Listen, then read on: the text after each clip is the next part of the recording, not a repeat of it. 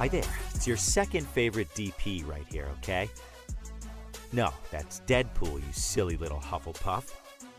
Anyways, I'm gonna need you to shut up that pretty little mouth of yours and pay attention because the show's about to start, alright? And, I don't know about you, but I know who's my vote for sexiest ex-soldier turned pop culture show host. Alright, enough foreplay. Let's get on with the show.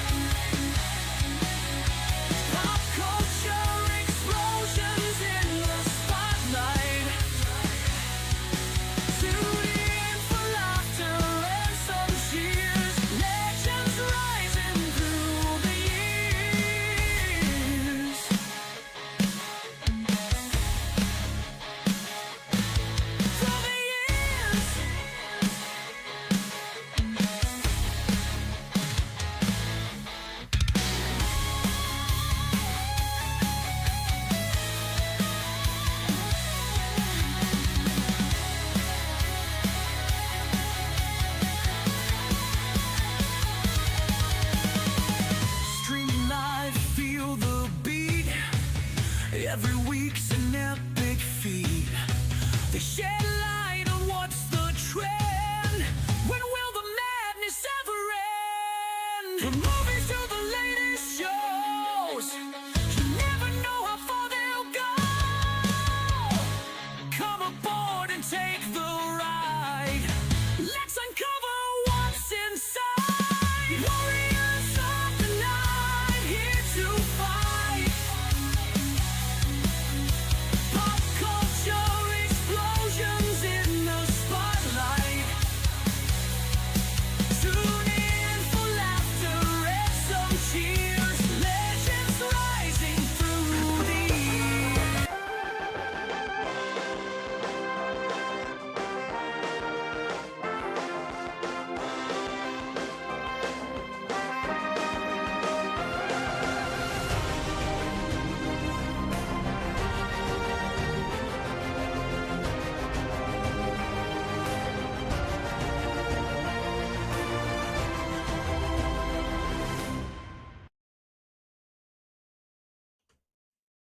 Hey, everybody, welcome, one and all. Tonight is August 18th, 2026, and this is episode 251 of Pop Culture Warrior. It's the show where I stay up to date on all the ins and outs of what's happening in pop culture so you don't have to. As the little box said, I'm CQ. I am the Pop Culture Warrior. I am your Pop Culture Warrior. And tonight, Mad Mike is sadly not with us. He's in a He's in a better place. Actually, no, he's in a much, much worse place. He's watching kids play soccer. So, instead of Mad Mike, ladies and gentlemen, tonight I bring you the one, the only Mr. K. Mill, everybody. Woo! Hey, all you geeks. Bunch of nerds. Nerd. Nerds, geeks. I love the shirt, man. Phrasing. Are we still doing phrasing? Phrasing. Welcome. First and foremost, you haven't been here in a while. You haven't been here in a minute, man. We missed you. How you doing? How are you? Been staying busy. Yeah. Doing lots of work, fun, some traveling, so just enjoying the summer. Speaking of traveling, a little birdie on my Pop Culture Warrior page may have hinted at that you were at a convention this past weekend. Tell Really? us all about it. Oh, Yes. yeah, that's right. I forgot. Over this weekend, I was in Chicago. Flew to Chicago, dealt with O'Hare. I don't know if you happen to see the meme that that made its way to the main page about resiliency training in American Airlines out of Chicago Air. That may have been inspired by true events. Just going to put that out there. I don't know. Everyone complains about Atlanta, but until you try to use Chicago in the middle of storm season, which apparently is now the entire year, I don't want to hear anything about Atlanta. So, Yeah. But yeah. So I was able to piggyback on your coattails and get some press credentials for Fan Expo, and imposter syndrome the whole time. Especially when I got the notice that you had explained how Fan Expo you haven't had a lot of luck with it, so it was like, all right, I'll request these people and fully expect to not be able to get any interviews. And Saturday, in the evening, it was all of a sudden, hey, do you still want to interview Peter Facinelli? That's how he said it. Facinelli, because I was like, is it Facinelli or Facinelli? Because I've been around plenty of Italians. I wanted to say it Facinelli, but I was like, is it? Oh no, it's this. I was like, okay, yeah. But yeah, text message. You want to interview him? Like, hell yeah, I do. And all right, be at his booth. Only problem with that was those mics do not do too well that close to each other. And let's just say my tinnitus is going to be, was kicking in with all the crowds at that show. So, but anyways, had a great time. I know there are complaints at every con, and there was definitely a few more than normal with this show for understandable purposes. The main thing with the photo ops, that seems to be the biggest complaint for folks there, is the systems kept going down. So people paid all this money for these photo ops, and the systems kept going down, and people trying to mad dash, trying to get a refund, or could I move it from Dolph Lundgren to Mr. T? And then this morning, because a lot of these pictures, they couldn't print them out, I started seeing in the Facebook group that instead of emailing people individually their pictures, they were just sending everybody who had pictures done but didn't get it printed, was sending them the link for all 3,500 images to surf for their image. So unfortunate, I don't want to say anything negative about the show itself, but I think that was it, Epic is the name of the organization, because a lot of those services are all contracted out. Yes. This group that manages this service is contracted and this and that, and I think that was probably the biggest problem, is the lack of communication. But it happens with most of those big shows. Yeah. So the thing is, a lot of people don't realize is that these conventions are very siloed and pillared. So the person that's doing social media isn't the same person that's doing, event organization, is the same not person that's doing ticketing, is not the same person that's doing, handling celebrity interviews and like managing wranglers. And it is a madhouse. And what most people don't know is that 95% of the people working the con are volunteers. They're not even paid staff members. They're paid with a free ticket to the show. Like every person you see, basically every person you see, what the only people that are like staffed employees are people working in like the offices, like doing Right. emails and things like that. But yeah, it is. Hey Heath, what's up, buddy? It is wild. It is absolutely wild. Uh, I, look, I've made no bones about it. I do a lot of con coverage, a lot. We're gonna be doing more over the next year or two. Fan Expo is one of the shows because, unlike most conventions, which are like, hey, this is San Diego Comic Con, this is New York Comic Con, and they're all run independently and they all have their own companies. Fan Expo is this, it's the McDonald's of conventions.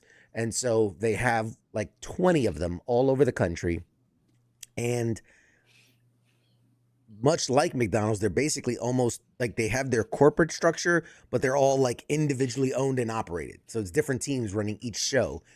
And in my experience, they're not very well organized and not very well run. They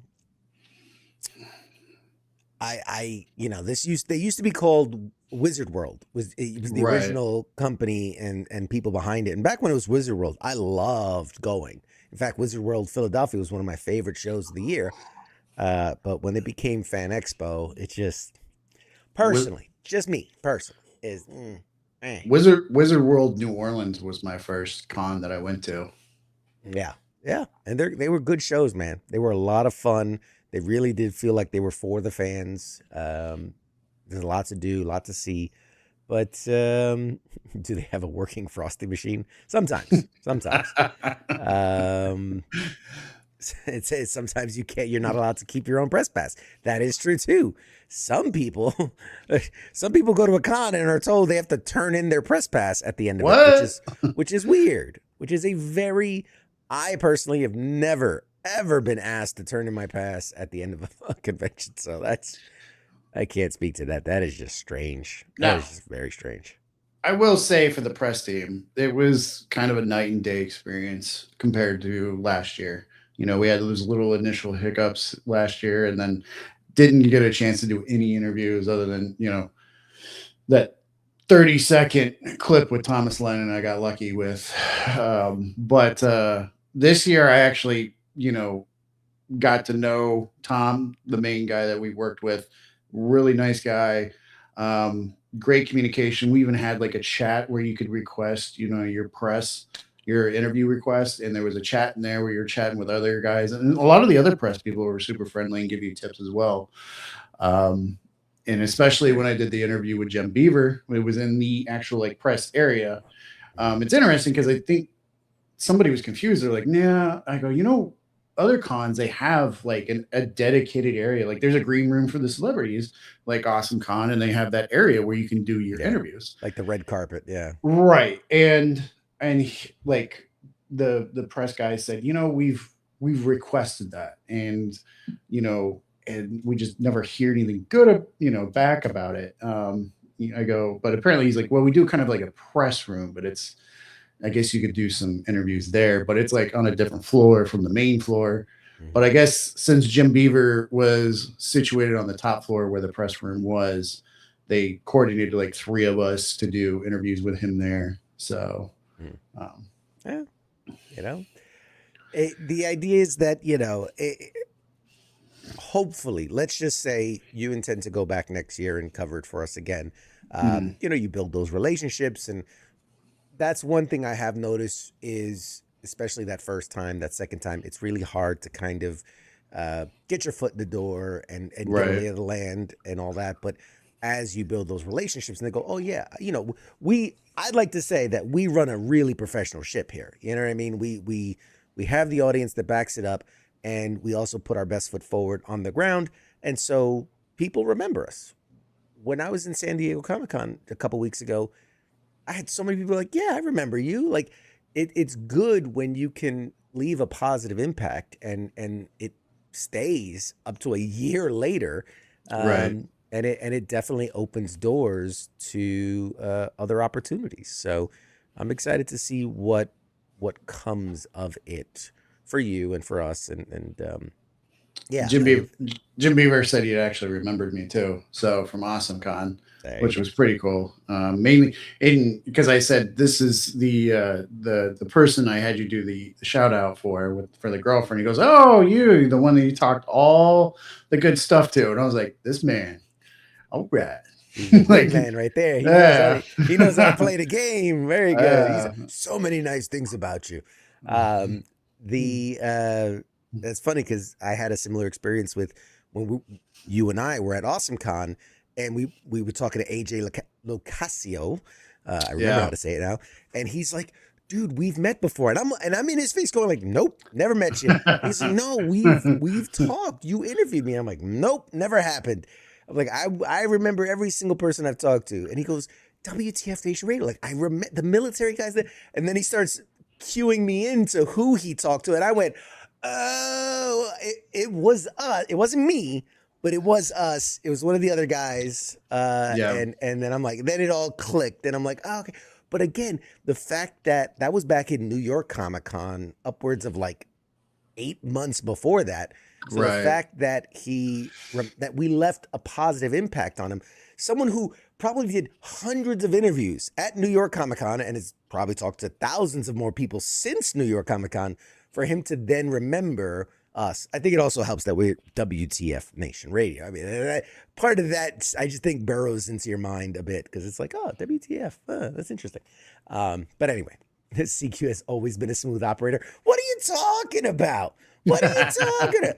Give me 100 examples of me being a smooth operator. I bet you can't. Yeah. So it's very. I'm glad you got to do it. I'm super super happy.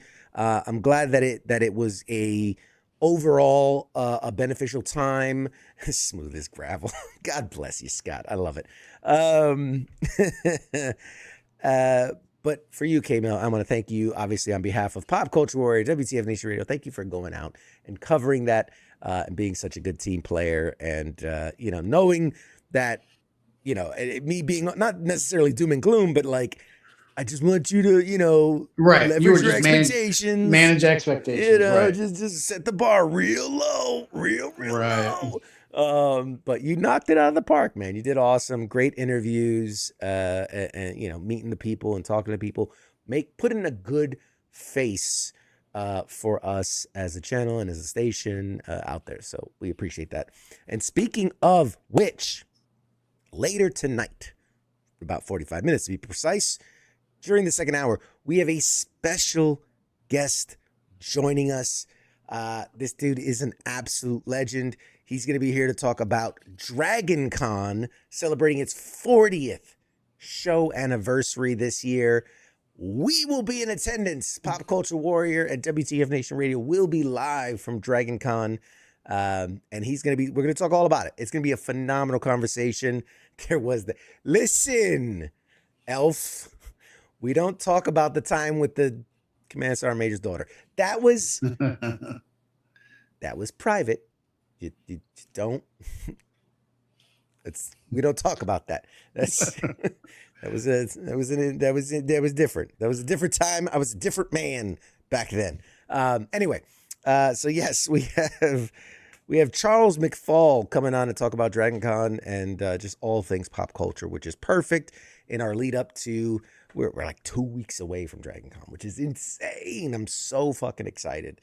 It is my first time going to Dragon Con, and we'll talk about this later tonight, but just the idea that Dragon Con has such a devoted and rabid fan base, and it is unlike any other convention. And even though I haven't been there, I've heard the stories, I've done the research. Everyone who has been there says it is unlike any other convention. So I'm so excited to finally get to experience it firsthand and capture that and also bring it to you. It's going to be awesome. So very excited. We'll talk all about that. But have you ever done Dragon Con? No, right? You've never been to Dragon Con? No, trying to think. I think I've had some friends do Dragon Con. Yeah. I think I've heard mostly good things about it. Yeah. There's always some interesting stories coming out of Dragon Con. And like I said, we'll talk all about it later, but the thing that always jumps out to me the most is where most conventions, like it's at a convention center, open hours, close hours, rinse and repeat, copy paste. It's all the same. Dragon Con isn't in a central location. It is actually 5 different hotels all in a small area, and they all kind of represent Dragon Con. And it is 24/7. Like there are parties, there are rooms happening at all hours of the day and night. The daytime's really meant for the families and the kids, and the nighttime apparently is for the adventurous type that are looking to get their D&D on. So it's like they took the convention, which is usually a single. It's like they took a mall and then turned it into one of those outdoor malls. Yeah, decentralized it. Yes, it's the decentralized. It's the NFT of conventions. It's decentralized. It's crypto. It's the crypto of conventions. It's decentralized. I like that. But yeah, so we'll talk all about that later. For now, so many things happening this week in pop culture. First and foremost, because I would be remiss if I were to not talk about Spider-Man. I got to squeeze Spider-Man into it's contractually obligated. It's in my writer that I have to talk about Spider-Man in some small way in every episode. First, go ahead. You're not going to talk about spoilers because I still haven't had a chance to go out and see it yet. You still haven't seen Spider-Man, Brandon? What is wrong with you? I've been busy. Oh, you're fired. You know what? No. Where's the button? And he's gone. I'm kidding. Come back. I'm kidding. No spoilers. No spoilers. Other than to say it is the best Spider-Man movie. Now, is it my favorite Spider-Man movie? No. Because I love No Way Home, because I love the fact that they brought together the 3 generations of Spider-Man. So that to me it's hard to beat. But Is it the single best Spider-Man movie ever made? Arguably, yeah. It is that good. Best depiction of Spider-Man in a movie. Like his moves, his quips, his unrelenting guilt. Like it's just so Spider-Man. Anyway, I congratulate them because they have continued, Spider-Man, to dominate the box office. They have passed $2 billion globally. What? The movie has made $2 billion. That is insane. What did you see with interest, with inflation? With inflation. Tariffs. Half of that's tariffs. Importing them goddamn tickets. They imported them. Listen, when I looked at the numbers, Endgame, which was up until recently the biggest box office of all time, it hit just over $2 billion in, I want to say it was like 180 days. It was something like that. The time it took Spider-Man 18 days to hit $2 billion. So arguably, Avengers Endgame, one of the most incredible, audacious spectacles of cinema history. 10 years in the making, 20-something movies in the making, and got to $2 billion, which was phenomenal. But in 180 days, for Spider-Man to do it in 18 days, let's fucking go! Woo! Way to go, Spider-Man. At this point, do they really need my ticket now? At this point, there's no point. But no, it continues to make more and more and more. The North American box office this week had Spider-Man at the top again. Second place was The Odyssey again. And then you had Paw Patrol, the Dino movie, and the end of Oak Street as the kind of the runner-ups. I mean, Spider-Man is just it.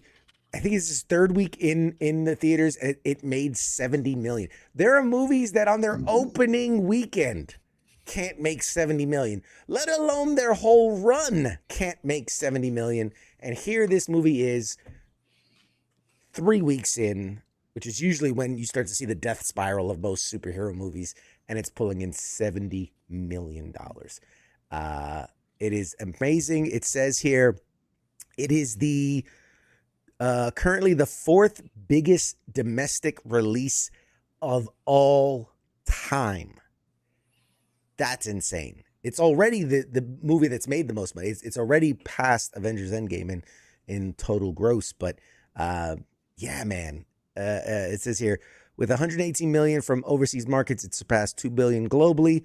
Only the 8th movie ever to achieve that landmark, and the second fastest to do so. Endgame, well, actually, no. So see here, it says Endgame did it in 11 days, whereas Brand New Day did it in 18. So I got to check my reports here, because the last one I read said it took longer. But here, it's saying that it was still, for it to do what Endgame did, which, you know, took 10 years and 22 movies and a lot of hype to do, and it had the lead-in of Avengers Infinity War. Spider-Man Brand New Day just did it in 18 days and was like, hold my beer, hold my web shooters. Still pretty, yes. I have a Spider-Man costume. It's funny on Halloween. How dare you? How dare you? Don't mock the greatness of Spider-Man, right? Do you have a mask? Do you have web shooters? You have a pumpkin bomb? Yeah, I didn't think so, right? You're not as cool as me. So sad. So sad. Man, Toy Story 3, actually, or Toy Story 5, I should say, still brought in like $2 million, which is impressive because that's been out for a little while. So yeah, big kudos to Spider-Man. K-Mill, if you don't see Spider-Man in the next 5 days, you are fired. Okay. Fired, banned, and possibly burned at the stake. I don't know. We'll see how things play out. But yeah, you're not allowed back on Pop Culture Warrior until you've seen the greatest pop culture movie of all time. Period. Understand? All right, cool. Good. Glad we're on the same page on that. Speaking of Disney properties, D23 happened. And for those, I don't know how you would not know, but for those that don't know, D23 is basically San Diego Comic-Con for all things Disney. It's only Disney properties. And for those laymen that think Disney is just all animated kid movies, that's all of Marvel, all of Star Wars, all of ESPN, all of the traditional Disney animated movies, all of, animation, all of theme parks, Disney is this mecha giant of everything. And now they own Hulu and they own FX and they own, just about every franchise known to man. They own the Aliens franchise. They own, what else? The Avatar franchise, just anything and everything. They own it all. And yeah. So a lot of big things were coming out of D23. Most notably, we finally have the cast of the X-Men movie. Oh, yeah. We have been talking about X-Men joining the MCU since they bought Fox, 8 years ago at this point? No, it would have been during COVID, so 2020, 6 years ago. 6 years ago, Disney purchased Fox, and the number one thing people said was, oh my God, that means the X-Men can join the MCU now because they own the characters back. And we got Fantastic Four joining the universe before we got the X-Men. But finally, we have the X-Men. Obviously, I can't spoil things. There may or may not have been a reference in Spider-Man. Possibly, maybe. Who knows? I won't spoil anything. But we now have the full lineup of who will be the X-Men, including, this was rumored for a while. People were saying like Adam Driver was going to be Magneto, and then they're like, no, he's not going to be Magneto. And we finally have the real is that Adam Driver has been hired on to play Mr. Sinister of all things, which I think is phenomenal casting. I don't know. You an X-Men fan? You familiar with all the characters and whatnots? I'm not a fanatic, maybe not like you, but definitely I remember watching all the movies and the cartoons when I was younger. Yeah.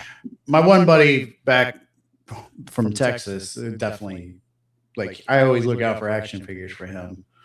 He's like, let me know if you see Gambit. Let me know if you see Rogue. Or, Yeah. he's like, I already got that one. I'll send him pictures. Now I got that one already. But yeah, I'm familiar with the characters. Yes. Mr. Sinister is arguably, you know, when you take away like the top guys like Magneto and Apocalypse, Mr. Sinister is one of those core kind of villains for the X-Men saga. And I think Adam Driver, and I said this weeks ago when it was rumored, I think Adam Driver's a phenomenal choice. I said he'd be terrible for Magneto. I don't think that'd be a good at all. But Mr. Sinister, oh yeah. I think he can. I think he can really chew it up on Mr. Sinister. And then there were a lot of other names that were brought into, like who's playing Cyclops, who's playing Jean, who's playing Emma Frost, who's playing Storm, all these. And then one of the ones that was the most exciting is that the breakout star of Obsession, Indy Navarrete, who plays Freaky Nikki, has been cast to play Rogue in the X-Men, which I think is huge. I got into this argument with my lady, all right? We watched Obsession. I loved it. She was like, meh. I was like, you're wrong. But I said, I think we are seeing a star is born, basically. Like we're seeing, like, it would be, I'm trying to think of who is just one of the most legendary actresses of all time. Like, I'm trying to think who jumps to mind, you know, obviously like Scarlett Johansson, who's in just about everything. You know, Angelina Jolie there for a couple years was mega superstar. But like, I think we are seeing birthed the next big thing. And when we saw that movie and we walked out, I literally looked at her. I go, you're going to see this girl in everything. You're going to see her in everything because she fucking crushed that movie. She was the single biggest highlight of that movie. And I'm like, she's going to be cast in everything. Like, she is going to be the next big thing. And wouldn't you know it, ring, ring, ring, she is Rogue in the X-Men. And you know they're going to sign her up for like a 7-picture deal to do the whole mutant saga and probably pop up in the shows and the movies and the video games and the crossovers and the whatevers. So yeah, we need a slow burn with the MCU X-Men movies. Yeah, you know, Wayne says they still haven't done Rogue right. If you're talking about live action, yes, I agree. It's hard to argue that the animated series Rogue isn't the definitive Rogue right now, which shout out to Lenore Zahn, who did the voice. Oh, yeah. Incredible. Love her to Nice death. lady. Maybe you'll see her coming up soon. Sigourney Weaver. Sigourney Weaver, yes. I would say for a period of time was one of the biggest female stars, you know, through the Aliens, through the Ghostbusters. But I would say that kind of diminished a bit over time. You know, I'm thinking like you're freaking, what's the one chick? Oh God. I was gonna say Marilyn Monroe, but that's not who I meant. Meredith Streep? Meredith Streep? Is that it? I mean, Meryl Streep. Meryl Streep. Yeah, whatever. Yeah. Meredith Vieira, whatever, whoever. It doesn't matter. But yeah. I mean, she was more of a dramatic. Yeah. Meryl Streep. I'm just saying, like, someone who transformed Like I'm thinking like the Christian Bale of women, of actresses, right? I mean, someone who just transformed themselves into a role. Dolly Parton. You know what? Jamie Lee Curtis. Are you guys just naming off women from the 80s? Is that what you're doing now? You're just naming women off the Beyonce. No. So anyway, I'm so super excited for that. Burgess Meredith. God damn, you guys, it's hilarious. Oh man. You know what? Oh, what was B. Arthur? B. Arthur, that legend. Golden Girls. No. Ooh, there's one for you. What's her name? God damn it. How about the Devil Wears Prada? God, fucking. I'm just. How am I not B. Arthur? Who's the other one? The funny one, the little one. Fuck. The Golden Girl, little one. Betty White. Betty White. Jesus Christ, I couldn't think of the fucking name. Betty White. God bless her. Sydney Sweeney. Yeah, she's a future Sydney Sweeney. Yeah. Jennifer Lopez. All right, stop it. All right. Calm down. Getting ahead of ourselves. Anyway. But yeah, there was a lot more that came out of D23, like a lot of the animated stuff. So they're doing like Frozen 3 and Coco 2 and, you know, lots of sequels to stuff. There's a lot of new stuff. Gato and a bunch of others. B. Arthur's pure gold. Yes, she's too good. She was too good for us. She's gone too soon. You know, obviously, what else? What are the other ones? The D23, they had, God, it was on my, now you guys got me all fucking, you got me all wild up with the names now, and I'm all fucking, oh God. Star Wars Ahsoka, Star Wars Rosario Dawson. There you go. Jenna Jameson. Stop it. Oh my God. Although she is quite an actress. Pamela Anderson, right? Yeah. But no, Star Wars Starfighter, Star Wars Ahsoka season 2. You know, a lot of really good stuff was announced. They showed just a little bit about everything. Yeah, it's very exciting. It's very exciting. I think the future is bright. I am glad that Marvel chose to put a little bit into San Diego Comic-Con and then leave a little bit for D23. I think that was a smart move on their part to just to diversify their fandoms that way. Paris Hilton, Jesus Christ, Scott, you're oh my God, that's hot. It's so hot. How do you feel about Starfighter? Okay, I'm gonna say something that you're not gonna get on the Gosling hate train, are you? First of all, I love me some Goss. I'm a Gossophile. All right, I've seen every Goss product out there. Okay, very excited for the Goss doing Ghost Rider. What I'm about to say, I need to not be judged for. Okay, this is a safe place. This is not doing you any favors. Like, you could say the nicest thing now, and people are just going to think you're still being a dick. I've never been the biggest Star Wars fan. Oh. Here's the thing. I have seen just about everything, right? I've even read some of the books and the comics and things, and I appreciate it for what it is. I do. It's cultural relevance. You know, a lot of the hero archetypes that have come from it that, you know, have been repeated over time. Like,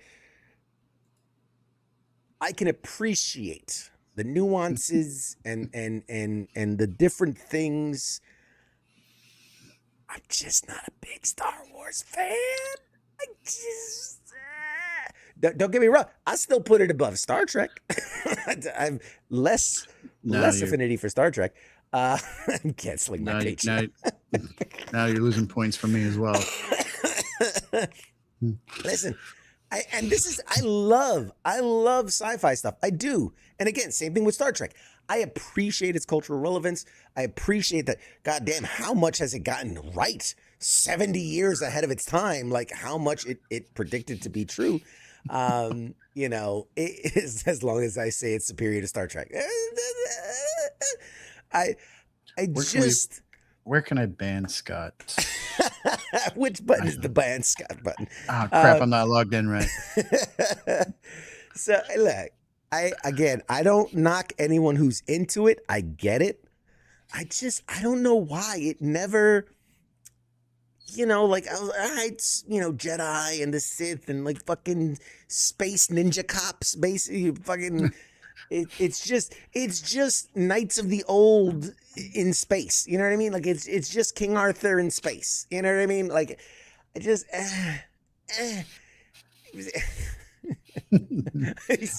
he's not into Spider-Man. Hurts, doesn't it? Listen. You can be wrong. It's okay. You can be wrong. But no, I don't knock it. I respect it.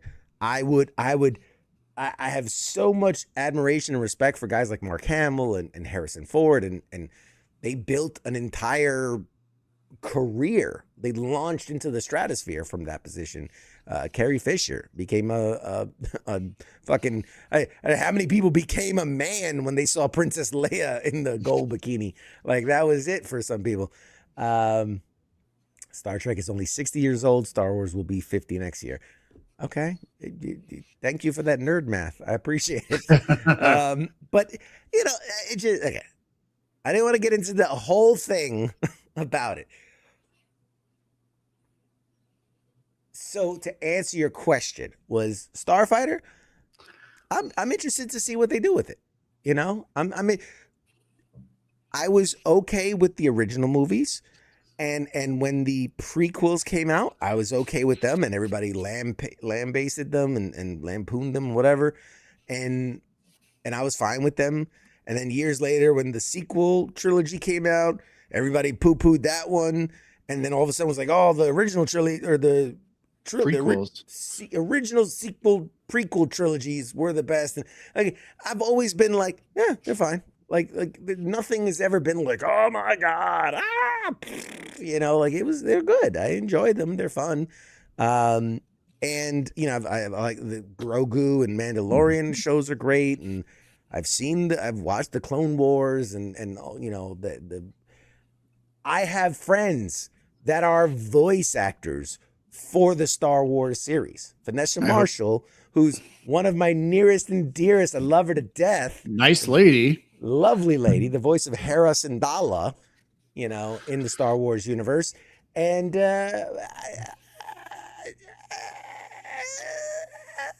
it's going to be great when I take a clip of this and send it to her. Now that I'm on her radar. First of all, I think Vanessa is the shining star of the Star Wars universe, all right? She's the most underutilized, underserved character in the Star Wars universe. So, yes. We're flexing. Yes, I'm flexing that I know a voice actor. But yes, it you know, as far as I'm curious to see what they do with it. I'm sure it's going to be good. I'm sure it'll be good, and I'm sure I will enjoy it. I do really enjoy Ryan Gosling's performances, and I'm not into comics. God bless it. There you go. Everybody go ahead, put in your deepest, darkest, I don't know, what do we call this? It's the don't judge me, but like we're put in our deepest shames, where what we're not into in the pop culture sphere. What about you, K-Mill? What's that thing for you that you're not as high on as everyone else in the pop culture world? Ooh, I feel like this should be an easy answer.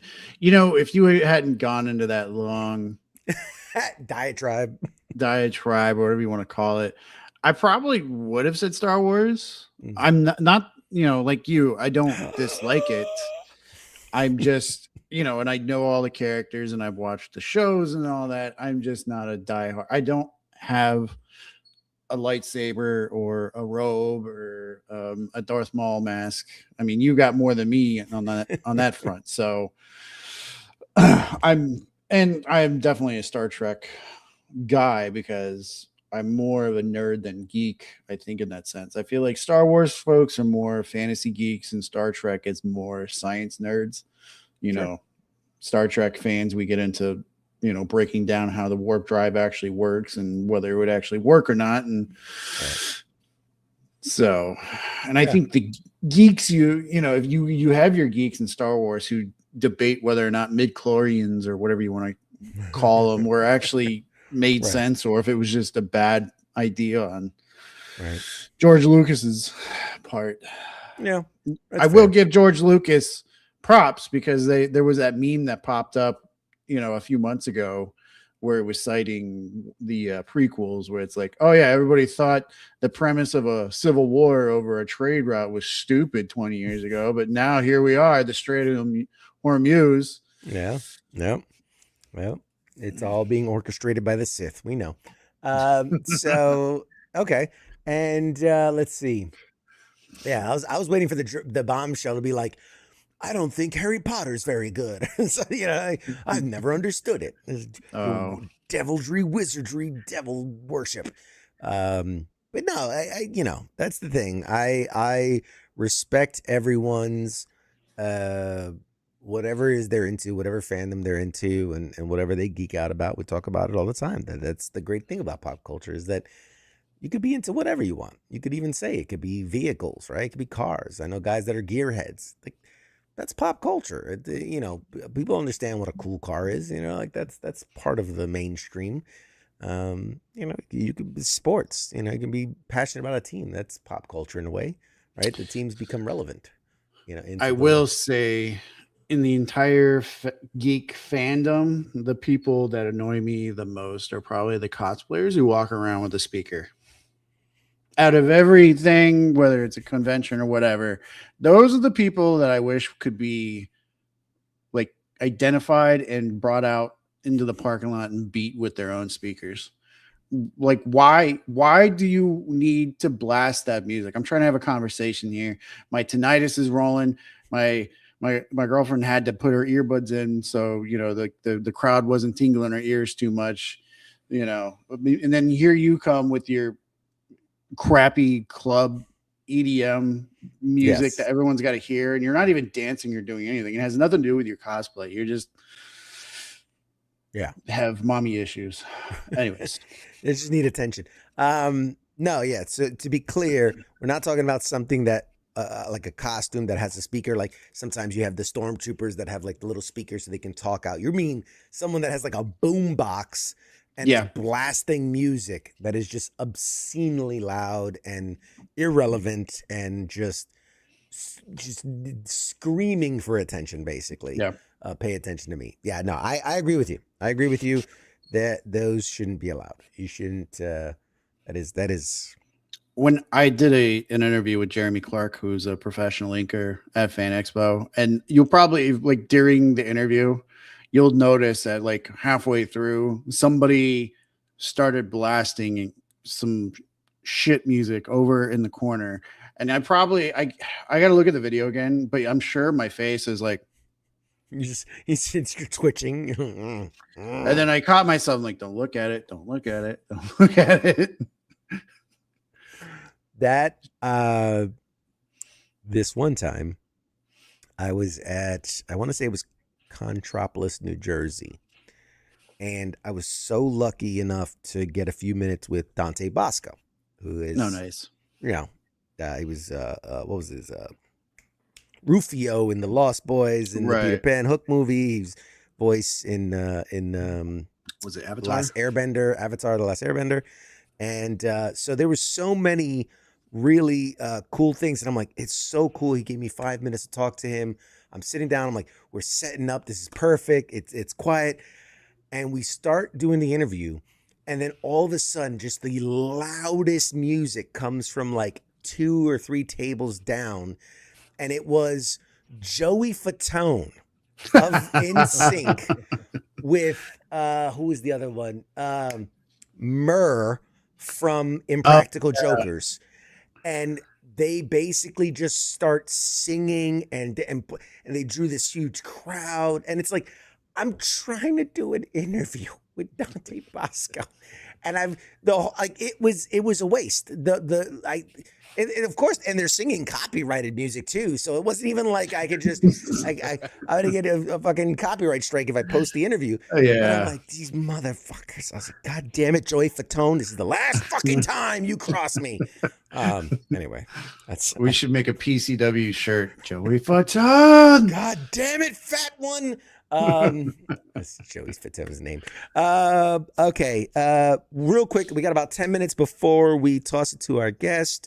I wanted to talk about Lanterns. Lanterns came out, premiered this last Sunday. They're mixed-ish reviews. I think more on the positive side. I think some people are unsure of how it's kind of a slow burn, which I'm like, any show, like if you expect fireworks in the first episode, I mean, like you're setting yourself up for disappointment. You gotta build a narrative. You gotta tell a story. You gotta set the stakes. You gotta build intrigue. You build off the first episode. You don't show your whole hand, and I do think that they did a really good job establishing the lore for this universe, establishing who the characters are, very clearly identifying what the archetypes are. You have your stoic, serious, I'm dialed in, the loose cannon who's just gonna say and do whatever he wants, and the town sheriff was just trying to keep it all together, and it's really, really well done, narratively and pacively. I'm not the most well versed in the Green Lantern core history, but I'm good. I'm decent. And it's like I can spot the references and the little things that are like, okay, that's a nod to his origin story. That's a nod to the creators. That's a nod to this kind of storyline and things. And so they are weaving together, and they kind of cherry picked. A little bit from the new 52, a little bit from like the old 50s, a little bit from here and there, and kind of the costumes and kind of the way that they interact. So I'm excited. I'm excited for what's to come. We only saw a little bit of the Power Ring in action. He did a $20 bill. He did a bottle opener, and then he did kind of like a protector bubble kind of thing. So very light on the visual effects for the most part, but I think it's good. I'm excited to see where it builds to in narratively and how it connects to the larger DC universe, because like we start in like 96 and then it jumps ahead to 2016, and then it kind of buttons at 2026, which we know kind of ties into where the DC universe is now with like Superman and Supergirl. So it's interesting to see like how these pieces will fit into the larger narrative, because we know it also ties into like Creature Commandos and all the other stuff that they're doing in the DC universe. And yeah, any intention to catch Lanterns on HBO Max? I'm gonna have to renew HBO. I kind of let it lapse because last year when DoorDash threw me an offer, hey, if you sign up for the premium thing, not only save less on all the halal you like the order from around the corner, we'll throw in HBO Max for a year. And then they did their whole sale, and so DoorDash, HBO is like, fuck, we don't need DoorDash anymore. So we're killing it's like a divorce. You had to pick mom or dad. You're like, I'm gonna go DoorDash over HBO Max. Is that what it is? Yeah. So, but no, I'd heard of it, and then this weekend in the hotel, every commercial break had the ad for this show, and I was like, well, I already was interested in the show the first time. The 20th time, I'm still pretty interested. Like I want to see what's his name.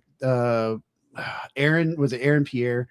Yeah. Because I liked him in Rebel Ridge. He was a pretty pretty good actor in that. And then Kyle Chandler, usually he plays like a snarky cop. kind of playing a snarky cop. I mean, Is he a cop again? I mean, well, no, galactic cop, right? I mean, Oh, okay. Green Lanterns are basically space police. Yeah. So, I mean, it's kind of, in his wheelhouse. And then also in the ad, I saw Garrett Dillahunt, who he's one of those dark horse actors that I think he's been, slaving away in Hollywood, playing some like really good lower key pivotal shows ever since the Sarah Connor Chronicles is when I first notated him, because he was I forgot the name of the Terminator. He was the Terminator in that series. And since then, whenever I see him, whether it's Justified or what was that movie, Looper, whatever, he's like that guy award for me, even though I do know his name. So if I ever get to meet him at a con, I'm just gonna I'll fanboy for him before some other big name. I like it. Overall, I was very excited or very interested in Green Lantern. I'm excited to see where it kind of goes. There's obviously a lot of speculation. Are we going to see the other colored rings, right? The red lanterns, yellow lanterns. We kind of know through casting and trailers and things, we're going to get a little Sinestro in there. We're going to get a little talk of Manhunters and some others. So, Guy is supposed to be in it too, right? At some point. Well, Guy Gardner, who was established in the Superman movie, is going to, and also in Peacemaker and also in a bunch of other places. He is rumored, or not even rumored, I think it was announced he's going to appear in some capacity in the show. Which makes sense, right? Lanterns, he's a Green Lantern. The show takes place in parts in 2026. He's active in 2025, we know. So yeah. IMDb. Oh, yeah. Nathan Fillion cited for 7 episodes. Oh, wow. 7? Yeah. Holy shit. I thought he was going to do like 1 or 2 and call it a day, but 7 means he's probably going to be in the majority of the show. Maybe the rookie was on break. Yes, exactly right. He's filming in between the rookie. Oh, callback. I did find a Reuters article from 2 weeks ago that said the box office is on pace for its best year since the pandemic, but there are few people going to the movies. I'm citing my inflation thing here. I'm not trying to get political or anything, but theaters sold an estimated 470.9, almost 471 million tickets through the first 30 weeks of 2026, compared to 747 million during the same stretch of 2019. So, which I think was a great statistic given Endgame came out in 2019, since you were wanting to compare those two movies. Well, but let's not forget, you're right. But you're comparing almost half a year to a full year. So I'm just saying on track, especially Avengers Doomsday is coming. Right. That alone is going to make up like 30% of the year's box office, maybe even more. So, but the point I'm trying to say is like the average movie ticket price in 2018 was under $10, and now the average movie ticket price is like 16 and some change. Yeah. So absolutely, you don't have to sell as many tickets to still get into that record. Yeah. Status. No, it's a fair point. I just, fuck you. I'm right and you're wrong. That's all. It's fair. It's fair. Everyone can be having a wrong opinion. It's fine. You can have a wrong opinion and I can be right all the time. It's fine. It's my show. I can do that. All right, ladies and gentlemen, we're going to toss it to a short break. And when we come back, we have a very special guest for you. You're not going to want to miss this. Stay tuned. Thank you to K-Mill for being here in the first hour. And all you guys in the chats, Wayne, Scott, Anubis, Angry Elf, I see all you guys. Thanks for hanging out. Don't go yet. You're going to love, especially you guys. I know you. You're going to love what we got coming up. K-Mill, anything to say as we close out the first hour? Stay golden, pony boy. Such a nerd. You're such a nerd. All right, guys. We'll be back with more show right after this. Shots.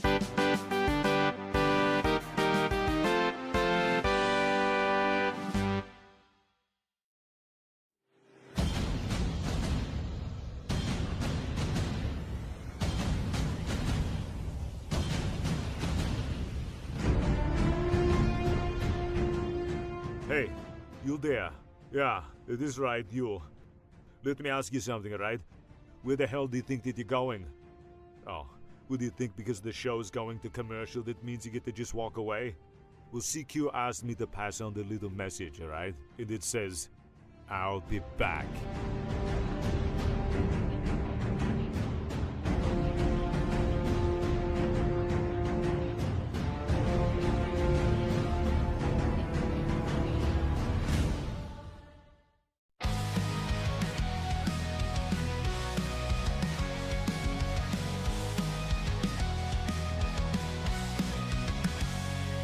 In the shadows of the city bright, where heroes rise and take the fight, there's a voice that breaks the night.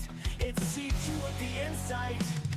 From the comics to the silver screens, talking legends in those crazy scenes, pop culture trends and hidden themes.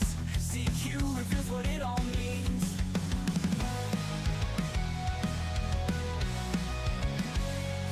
From the comics to the silver screens, talking legends and those crazy scenes, pop culture trends and hidden themes.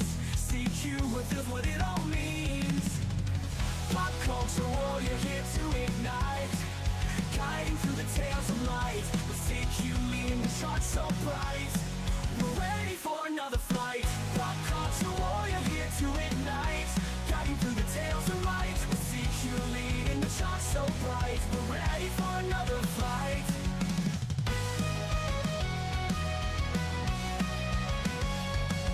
Marvel at the twists and turns, villains playing heroes learn. Every episode will discern lessons from the past to learn. Games we play and books we read, CQ's list of what we need. Memories that make us bleed, together we will take the lead. Pop culture warrior here to ignite, guiding through the tales of light. With CQ leading the charts so bright, we're ready for another flight. Pop culture warrior here to ignite, guiding through the tales of light. With CQ leading the charts so bright, we're ready for another flight.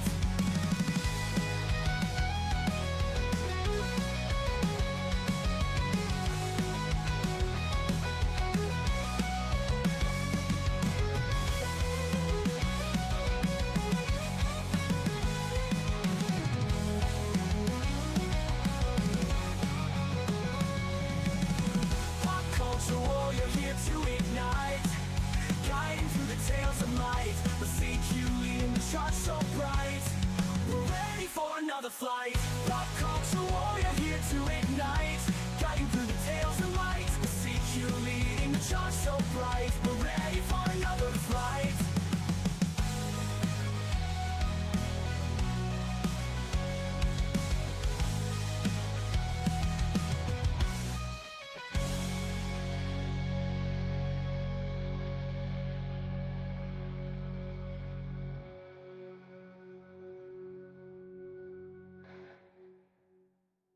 Hi there. You're watching Pop Culture Warrior.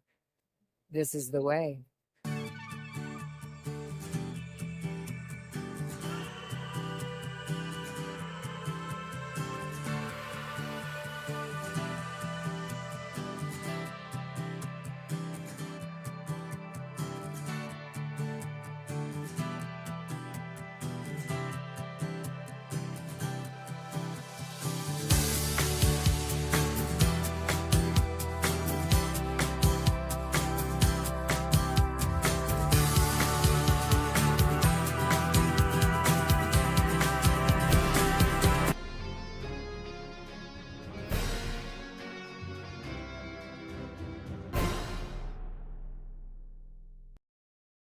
Hey, everybody, welcome back to Pop Culture Warrior here on WTF Nation Radio.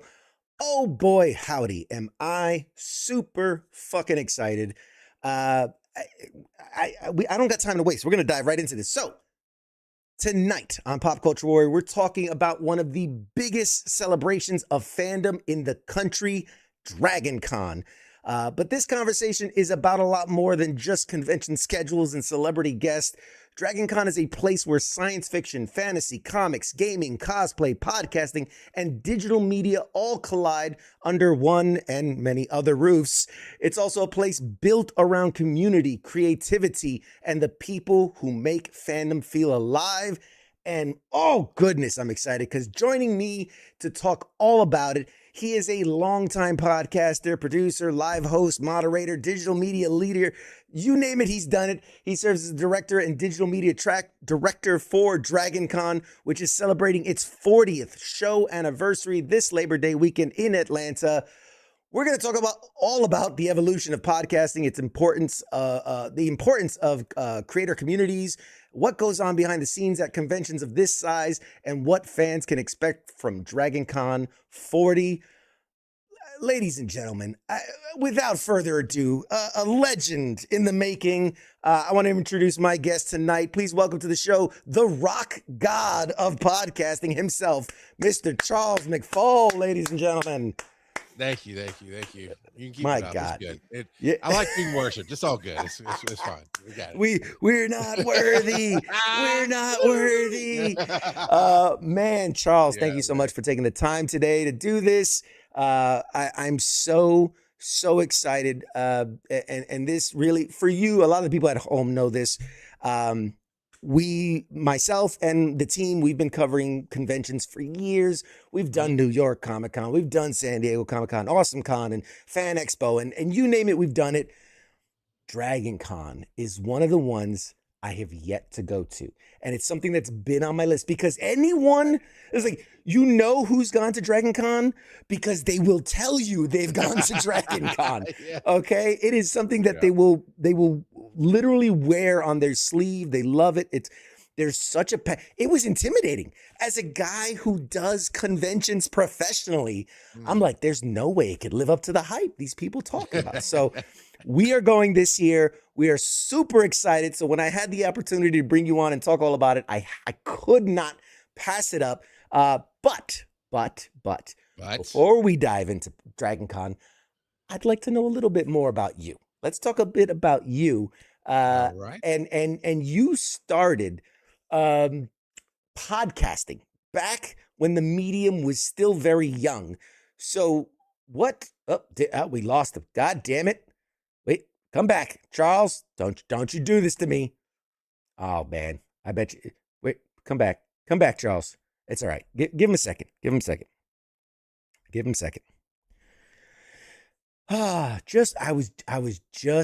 I was just getting in. There he is.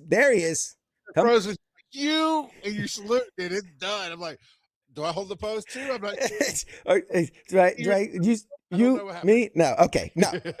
You have been podcasting since it was in its infancy. Mm-hmm. What pulled you into podcasting in the first place? How did you find yourself there? It's you're born for something, right? And when you find that thing, it just you can't explain it at the time. And I always had a message. I grew up a preacher's kid, always in front of people, so I always got used to what the show is versus what real life is and those kind of things. And always had a story to tell. I just was that guy wanted to talk about everything with everybody. And the only way I could do it at the time was to either start a band and write music, which is okay. I did that. And wasn't the greatest, Metallica didn't sign me or anything. So or is it go be in radio, real radio at the time, terrestrial. And that meant starting as an intern, getting paid next to nothing and crazy hours. And I didn't have that in me either. And I was listening to a local radio station and I missed my drive time morning shows. And so I went to their website and it said, hey, get the podcast. Like, what's a podcast? And it really wasn't. It was just MP3s of the worst segments of their show, the worst 5 minutes of their show, letting you download. And like, oh, so I Googled podcasts and went to the first site I ever found, which is called Podcast Pickle. And that was one of the first aggregators.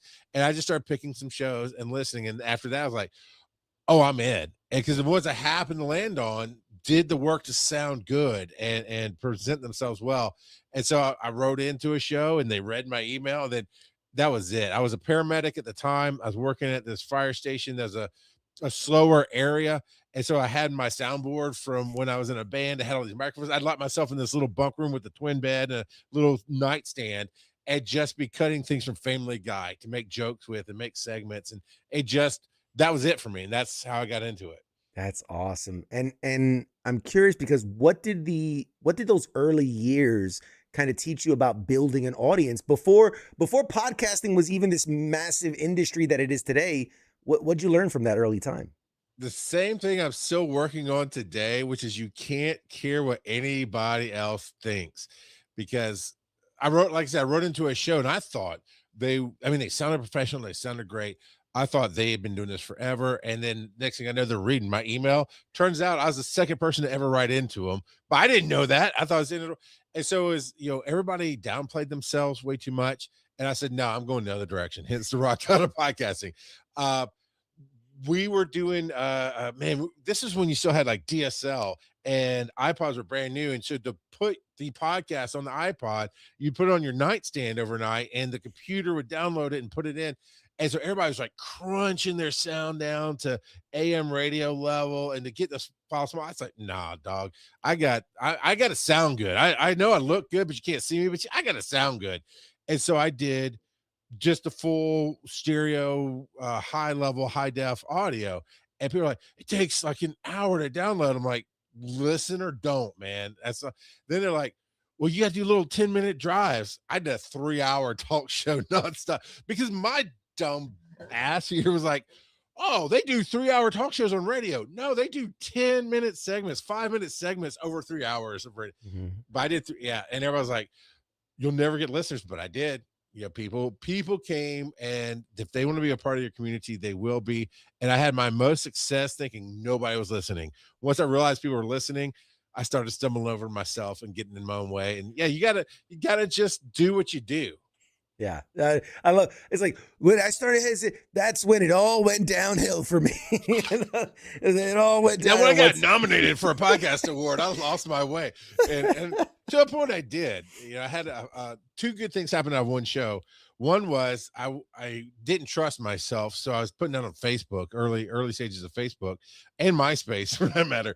Hey, what do y'all want to hear tonight? And one of my fans wrote in, it's like, stop asking that question. We want to hear what you got to say. We like your humor. We like what you're bringing to the table. Just stop asking that question. So that was the bad thing. Well, it was good for me, but it was bad to go, oh, okay, hear it. Then the other one was we did this real world meetup towards the end of that. It was called the Bear Crawling Nation. And towards the end of that run, we did a real world meetup. I'm like, nobody's going to come. Because yes, I have listeners, but they're all over the world and all this other stuff. And a handful did come. And one of them said, the best compliment I ever got was, they were shocked because they followed all kind of celebrities and all kind of different things. And that's how they kind of viewed this interaction, even though I definitely didn't view it that way at the time. Now I'd be like, you're blessed to be with me. But no, but they said, what you see is what you get. And I wasn't just putting on a personality for the show. It's just, I took my personality and turned it up to full volume on the show. I'm like, thanks. That's exactly what I'm shooting for. So that I 100 man. We are, I don't know why I'm doing this, but we're there. We're touching your fingertips. That's just a weird way to do it. Yes. We're anyway. Sorry, military humor. No, you're absolutely right. We do another show called FTX where we get veterans together to play board games and card games and D&D and all these different things. Yeah. And one thing we always joked about is like, oh, we should do this in public. But I was like, and me being me, I'm like, nobody's gonna come. And you had guys that were writing in there like, I'm 8 hours away, I can make it. Yeah. And I'm like, are you fucking high? Why would you want to hang out with us? Drive 8 hours to meet me. That's a terrible idea. I think it was 2008. I hit my 100th episode. And so I threw a party. And people took their vacation time to fly from the other side of the United States to come to this party. I had a house full of people I'd never met before. It's like 50 people or something. I'm like, just because I hit 100 episodes and they wanted to come hang out and be a part of that celebration. It's crazy, right? It's just crazy. It's amazing. It's amazing. But no one knows better than you do, like the feeling you get. That you spent years working in EMS and then building up the podcasting and live production, event leadership. Those things don't necessarily sound like they should. Like, they're such different worlds. So how? Why? What's the through line for you? What do those things have in common that you found yourself doing them all? The I couldn't have told you years ago. I could have just told you when I was 12, I had this vision, this dream, this idea of my future that just locked in that says, I'm going to be on a stage in a huge coliseum, see them sold out, thousands of people, and just they're there for me. And that's the image I had. And I thought that was going to be, music and stuff. Right. And so I started working that creativity. But the honest through line to keep this more to the point, so we'll talk about a million things tonight, I'm sure. And I'm here for it, is at some point in my life, I realized I'm here to help others be awesome. And you can't help others be awesome if you're not awesome. And communication. And so as I was at college for the 1 year, I went to an official campus college school. I was part of the public safety team and then saw an ambulance and went, oh, that's really neat. And the guy's like, yeah, it's really easy. You take the short class and then there's always a job there. You can work at weekends, you work nights. There will always be a demand for EMTs and there will be. So I came back home, didn't know what I want to do. Went to EMT school. Here I am next year. It'll be 30 years in the field. And I'm not super active now. I consult, but I still do the stuff. But as I went through it, looking back, I'm like, all I ever did was put on a show for the patient. If they're anxious, right? I'm calming them down, I'm distracting them, I'm talking to them. The other day, I actually had to jump on a truck and we had a new patient and the young EMTs had complained that, man, he's really grumpy, he questions everything. I think he's gonna be a problem. And just through circumstances today, I had to get on the truck with that young guy. And we went and got this one. I was like, afterwards, I'm like, dude, you just got to talk old head. He's like, what are you talking about? I was like, oh, I'm sorry. You got to talk unk. You got to talk unk to him. And all I did was like, hey man, he was saying some dark things. Like, he's angry and he's tired. And it's a regular transport. So it's something he has to depend on other people for 3 days a week. And he was just like, man, just shoot me. Just shoot me. And I just went, I don't know, man. I left my gun at home because they won't let me have it on the truck. So I can't help you with that. And he just kind of looked up at me and he kind of laughed a little bit. And he was a little bit more grumpy and I just ignored it. And then I just talked to him about, hey man, what do you look forward to in life? And he started telling me about how he's a fisherman. By the time we got at home, he was telling his niece, like, tell him I'm a great fisherman. Oh, there's 3. That's it. So the communication was always there. The show was always there. And that just in everything I've done, I got into live show production, like music and that kind of thing, because of all the podcast stuff, but also because I'd been in a band before and it just kind of snowballed, always trying to get to that vision. And I just took the jobs that made sense, that paid me and gave me freedom. And I mean, there's just so many stories of every step I took. I thought I took it for one reason, but it was building my future every single time that I did. Yes. I love it. And you self-describe as a storyteller. So from one storyteller to another, what makes a story worth telling, whether it happens to be on a podcast or at a convention or just in everyday life? Man, I was looking for a way to hit you with a one-word answer just to shut that down. But you did. You asked a really good question. You made it impossible just to say yes or no. It's if you love it, right? It's your story to tell. That was the only thing that I never talked about on the air. When I first started, I asked my wife, what rules would you have? It's like, oh, don't talk about our sex life. Like, okay, sure. I mean, that's not what I do anyway. It's not who I am, but okay, I can do that. And then the first time she gets it on the show, she started talking about her sex. Like, what do you do? She's like, oh, that's your rule, not my rule. But the real rule for me it's not my story to tell. I can tell my interactions with things. I can tell other things, but there just comes a point in the story that says that's not mine. And that's 10, 8, 5% of the stories that we live. So it's what gets you excited. Gary Vaynerchuk, I've been quoting him a lot this season. Gary V. Yeah. Gary V. Okay. All right. Cool story. You might appreciate this. Early days of podcasting. He was doing the is that in the back of the wine shop. I forget what he called his a really long name for YouTube. But he was doing that fresh and he had just put out Crush It. So, of course, in the days of LimeWire and everything else, somebody gave me a PDF copy of the book to read. And I did. Or no, his audiobook. I got a pirated copy of his audiobook, which he reads himself. I highly recommend it. It's amazing because he just stops in the mid-sentence like, okay, look, it adds to it. But I reached out to him and I ended up being within about an hour of him, and we just didn't quite work out. I was going to go meet him because I thought it'd be cool to meet. And then, of course, now he's the greatest thing to social media in the world, I think.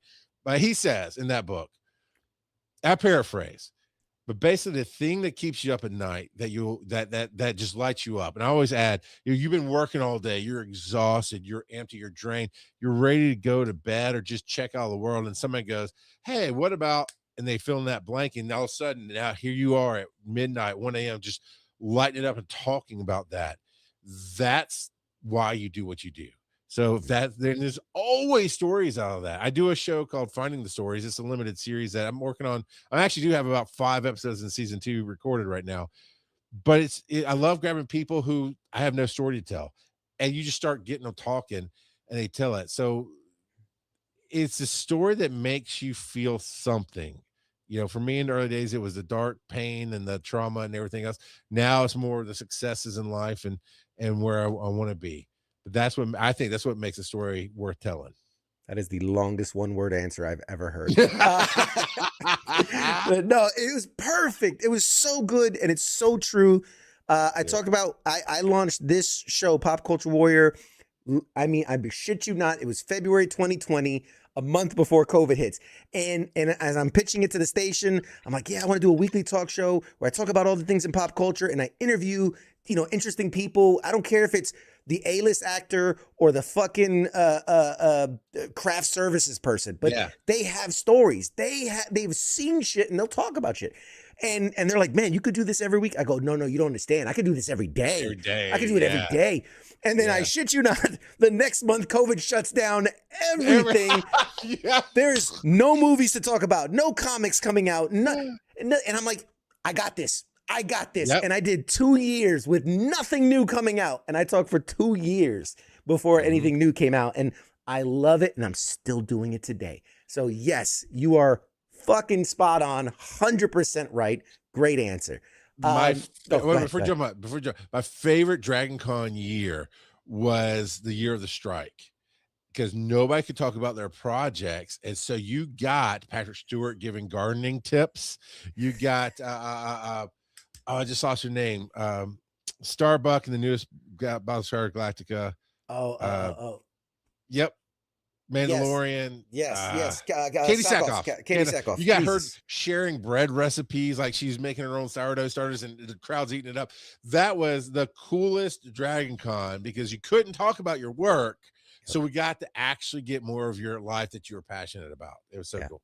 That I 100%. When I interview people, a lot of times I'll start with, before we get into any of the work, like, what do you geek out about? Like, what's like just you every day? What do you love? Let's talk about that. Yes. And it's always a great way to start, because it gets people talking about their passions. It lights them up, and now they're ready to go. It's the foreplay to a good conversation. It gets everything greased up, ready to go.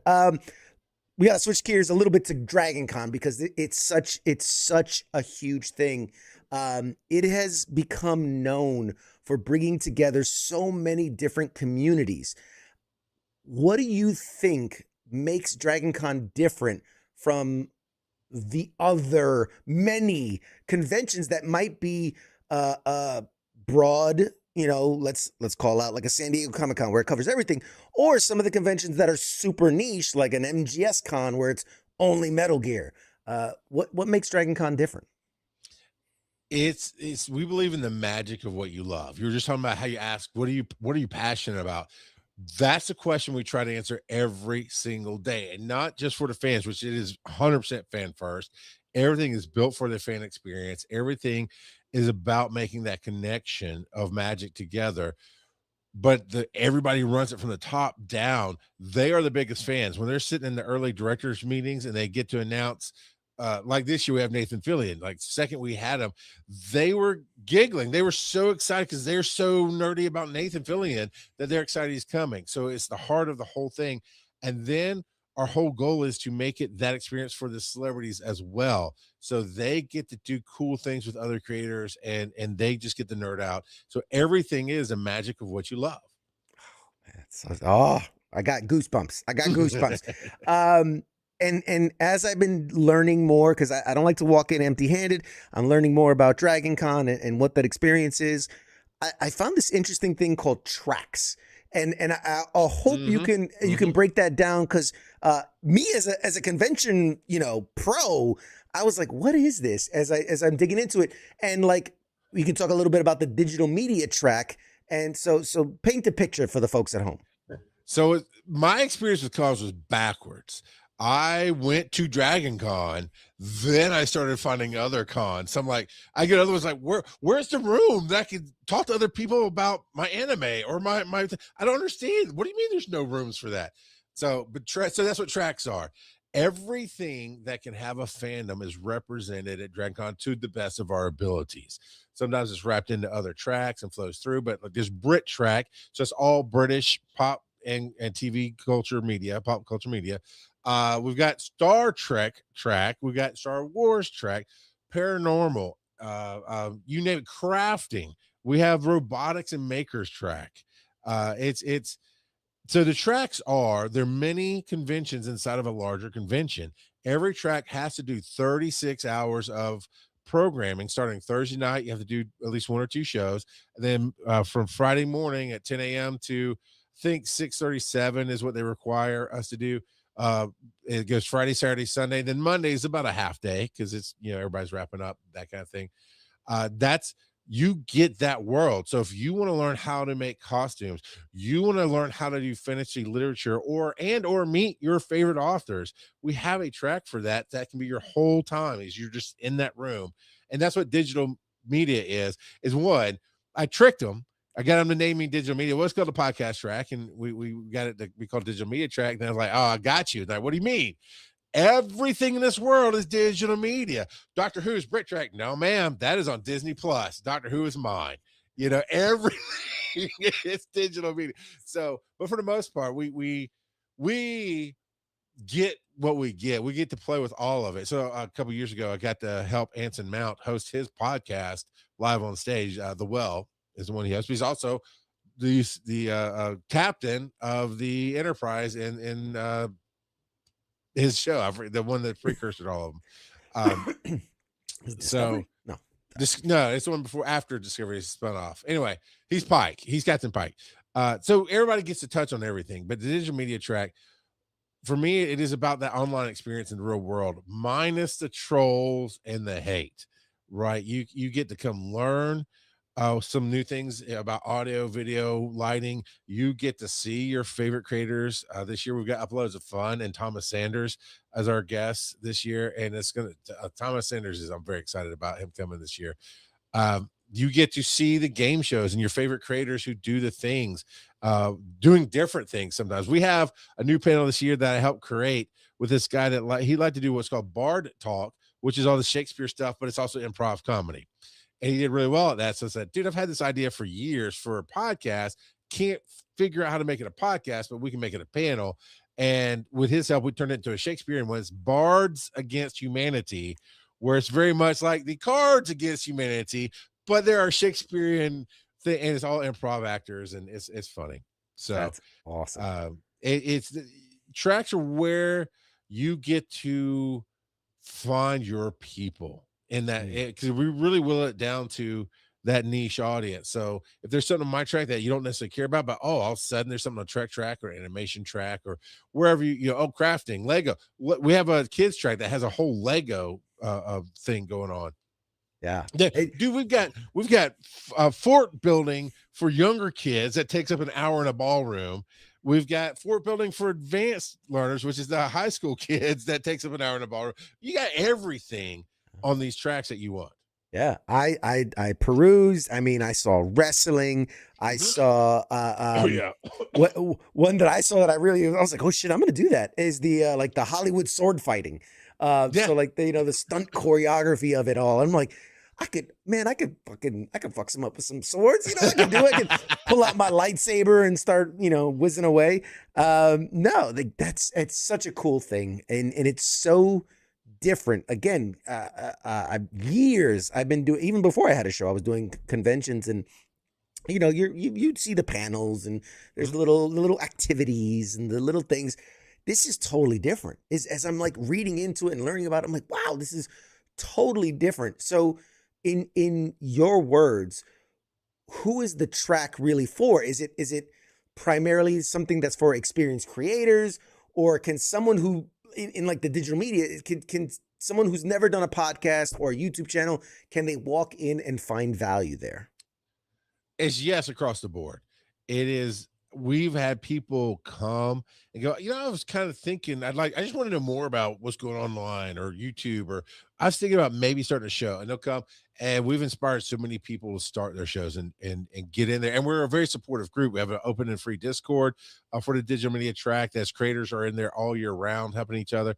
But then, yes, to the high-end professional, every year that we have somebody who seems to be doing it for a long time, we go, oh, I just learned something from this. It is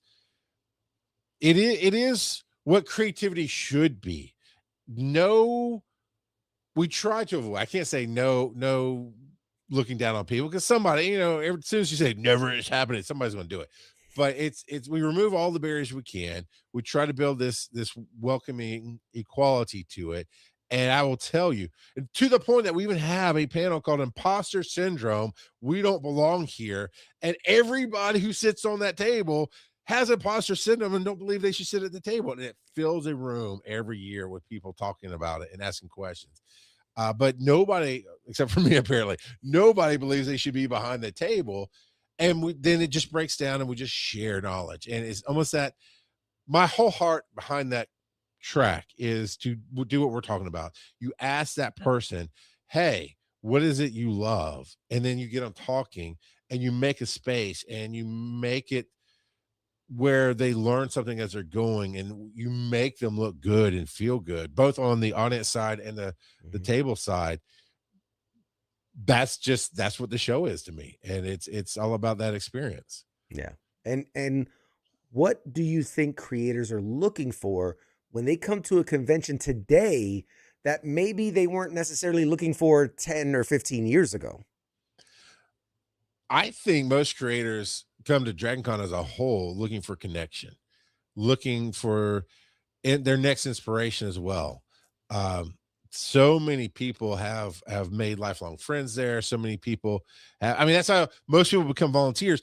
Most of the paths of the directors started with, I started coming here and I got into this and I got into that, I volunteer. And everybody who does it loves it. And I think most people, even if you're like, oh, I'm just here because Nathan Fillion is here this year, that's cool. But you will absolutely find something that makes you happy. It brings you joy. And I think that's what most people are looking for, especially in today's world. Yeah, absolutely. And something that I noticed, and this is why I love being able to talk to you, because it's not really something I can talk to with, let's say, actors or even directors or whoever, comedians. There's a huge difference between simply producing content and building a community. And I don't think that's something that a lot of people outside of what we do that understand that. So what do you think creators often misunderstand about that distinction? All I heard was you said I wasn't funny because you don't talk to comedians, but okay. No, I'm thinking about it. Because I was preparing for how you do that. But what do they? So I think people, they miss boundaries.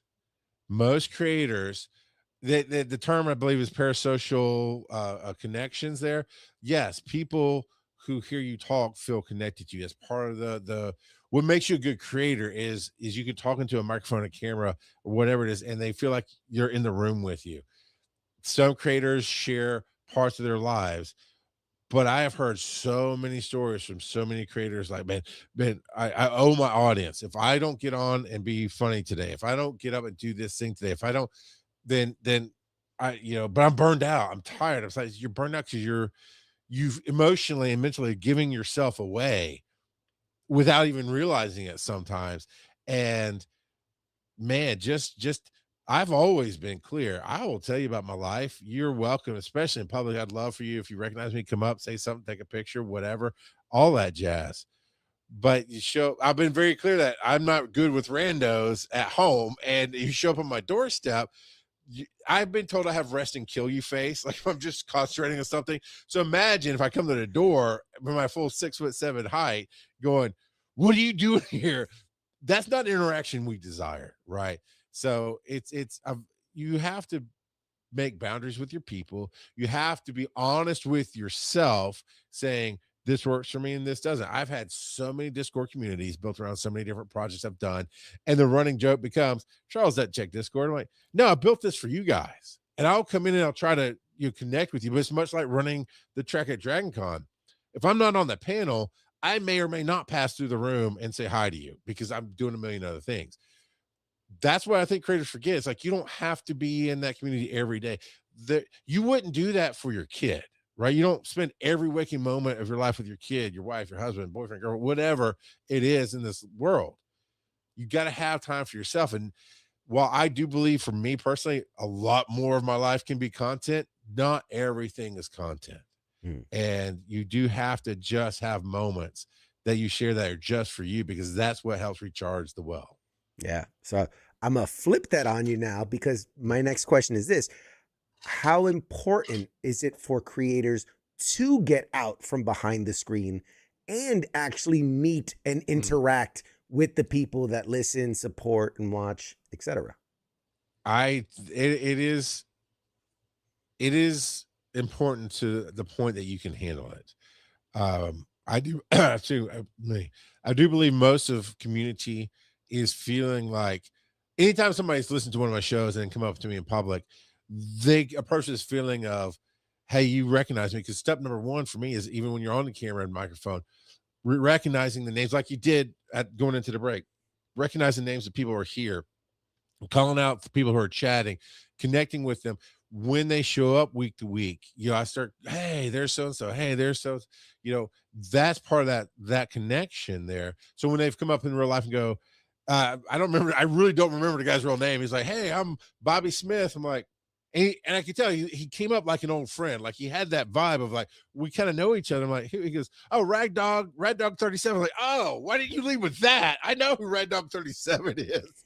I don't know who Bobby Smith is. Right. But that's part of that connection. And then being clear about your needs, your audience will understand that. So if it's something like doing Dragon Con, I love having fresh names, fresh faces, fresh people trying things. And sometimes it doesn't always work out, but we always try to give it a shot. And we have people who will, I think what I'm trying to say is if you're trying to come out from behind the camera, find a con that you can go get a fan table at. A lot of times those are free. They're not always, but they're very low cost, because you can't sell anything, but you're there to say, hey, this is who I am. This is my show. And people they will make more of an impact seeing you face to face and talking to you, learning about your show, or going, oh, I listen to that. I love hearing you every week, because you need that too. You need that energy fed back to you to hear somebody say, what you said influenced my life, it affected my life, it inspired me, or I just love what you do, thank you. It will help you see the world differently, and then you can take it anywhere from there. I'll always go get on any stage, anywhere, come do whatever I can to bring my brand out to the world, but that's who I am. If you're way more comfortable talking behind a microphone, you still have to have some availability, or just understand you're limiting, and be honest about that. I'm not good with meeting people in real life, and you'll build a community around that too. You'll literally build a community who will never want to meet you because they identify with that feeling. Yes. Yeah. It's the most awkward panel is everyone is backed up against the wall and nobody wants to look at each other. the panel for people that don't like to be around other people. No, my God, that was such a good skit too. We can do that. We can definitely. Now Dragon Con gives creators the chance to participate in front of a live audience. Mm-hmm. What does a live convention audience teach a creator that kind of this online, the analytics of it all, it can never recreate? That the numbers will never tell you you're doing good. They just won't. Good friend of mine, Josh Cooper, Uploads of Fun. We do a show called Little Brown Pill together. It's coffee's Viagra for your soul. And he has, I think, 13.5 million fans across the platforms, whatnot. And he's used to seeing good big numbers. he and I will talk numbers on our show. We'll talk that creator process on the Little Brown Pill. And just last night we were recording, and he was, as a creator, as a human, he was upset that he had done this new 3-camera shoot and it looked all beautiful, and he'd used AI to make the thumbnail. That's it, just a thumbnail. And somebody called him out for using AI on the thumbnail. And I was like, dude, you have 1,000 people who love it. And that's what being in a live room helps with, is you get past the numbers, you get past that imaginary rut of what the algorithm is, and go, I kid you not. And I want to say, I kid you not. I'm going to say this. You're going to go, of course that'll fill a room. But I did not believe it. When Pokemon Go launched, I had bought the rights to Pokemon Go podcast with Brian Ibbett, and him and I and Joe Ard started the show. And so as we got towards Dragon Con, and I was the director, I'm like, I really want to promote this show. This game is really big this year, but I don't think anybody's going to come. And so we put Pokemon Go podcast on the roster in like the middle of an afternoon on a Saturday or Sunday or something. And as we woke up, there's a line backed up to get in. I'm like, what are y'all? Because I know my download numbers. I know my interactions online. None of y'all listen to the show. What are you talking? Because they wanted to hear the game. They wanted to interact about the game. They wanted to share their own experiences. And there's a lot of takeaway stories from that first year. But there was this 10-year-old kid that was heard basically for the first time. Like, he was sitting there sharing some. You could tell the way he was just kind of vomiting the energy that he doesn't get to nerd out about this with his friends. And here he is nerding out, not just with a room full of friends of all ages, with two guys that he thinks are cool, and then they're validating his feelings. And that's, you cannot get that. You can have 1 million downloads and you won't get that same interaction unless you go out in the real world. I to the converse, I'm gonna play devil's advocate here. But if you have a room full of people who are happy to see you, who's gonna yell obscenities and troll you from the like, you have to have someone stationed in every room that's just gonna be like, you're gay, like, just randomly, like some stupid childish thing, because you haven't been to any of my panels.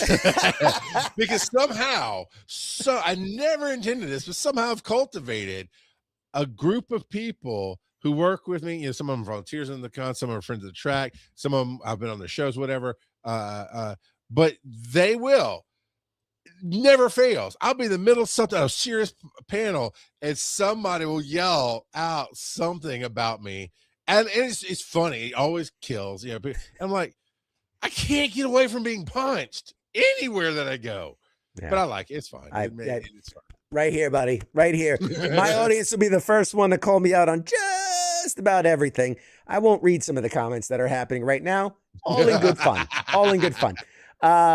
What advice would you give somebody who's attending Dragon Con who wants to make meaningful connections without treating every conversation like it's a business transaction? Oh, because it's not. You got to let it go. Let it go and let it flow at Dragon Con.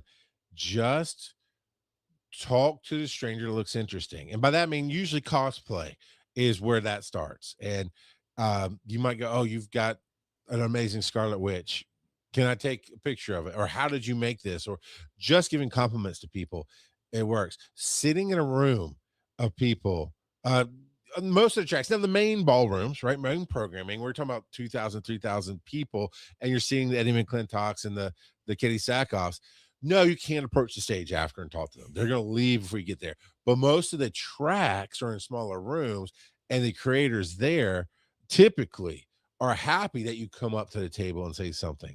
And maybe the person next to you, that kind of thing. Is if you're in the room together, you can have those conversations, and you never know where the conversations are going to go. You just know that you had a moment that you got to be you and enjoy whatever it is you were enjoying. And the person next to you was too. And they may lean over and go, that's a great notebook you have. I've had the weirdest compliments it's great. I've had the weirdest compliments over a conversation just because we were all in the same room together.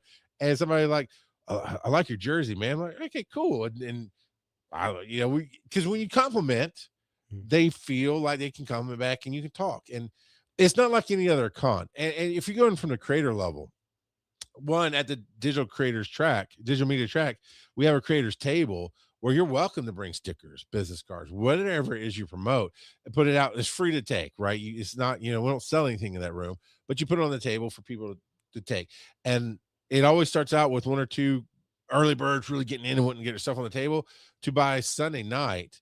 Well, by Sunday morning, it's full of stuff. Like, I don't even know these people. And here's some really, I will take a little of that myself and check it out. And you can give away stuff from the panel tables on our track at the end, like, hey, come up and get a free sticker or come talk to me. Those are the kind of connections you can make. And there are two things I think that can get you out of your comfort zone. Because I kind of feel like the people I'm thinking of, they want to make a connection, but it's harder. There's usually questions during every panel, so you can step up, get on a microphone and say, hey, you don't have to identify yourself. Now, we highly encourage it in the digital media track, especially if you have a show. I'd expect you to say, hey, this is pop culture, warfare. I don't know. I'm drunk, man. I can't do it. No, I'm not drunk. I'm sorry. My brand, though, is I mess up. If you don't already know, I mess up names, and I just roll and just because I'm gone about it. I work so hard to go, your name is Brian. Your name is Brian. Your name is Brian. Hey, Brad. So I just gave up a long time ago when I was 20. I understand. So, but I always go, hey, I'm Charles McFall, and I host a Little Brown Pill, and here's my question. Or sometimes like, hey, thank you for sharing this information, or so on and so forth. And if that's not your thing, right? Or maybe sometimes the line gets too long, we run out of time. Just walking up to that person at the table and saying, thank you for saying XYZ, because you can almost always find something you took out of it that can start a conversation of just two people talking, and you may end up making connection and wanting to do more. You may not, but it shouldn't matter. It's not like the podcast conferences I've gone to before where it's all business cards. Is Dragon Con's never a business card. It's, hey, what do you love here? I mean, it's almost always, what do you love and why are you in this room? What did you think about that? And then it just goes from there. Yeah, I love that. Speaking of that, Susan in the comments said that she loves the call out for Scarlet Witch. She feels seen. So throwing some love for Scarlet Witch. The Dragon Con is celebrating its 40th show this year. How, since you're on the inside, right, and helping organize all this, I'm on the outside. How do you honor the history of an event like Dragon Con while still making sure that it continues to evolve? I'm glad I'm not responsible for that at this point. There's many people above me, because that's a very hard one. It is, but that's okay. Bringing it back down to the tracks. What Manny and Rachel and Pat and Sherry and the people before, Pat and Sherry are the two of the founders of the con. They're also the parents of Rachel and Mandy. Rachel and Mandy this year became co-chairs of Dragon Con, and they grew up in all this, right? So they've come through all the different things that I've never seen. All I see with Dragon Con is love, and people love Dragon Con. When you're on the inside, right? You're the inception 6 levels deep on the inside. I'm sure there's hate, there's problems, there's issues, but they've always kept up with what is ever changing and how to keep it positive and how to serve the fans.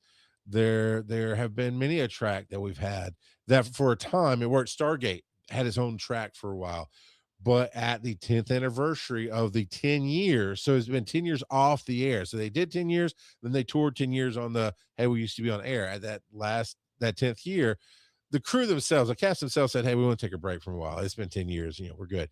But Dragon Con used that as a pivot year to have that change from Stargate to sci-fi military.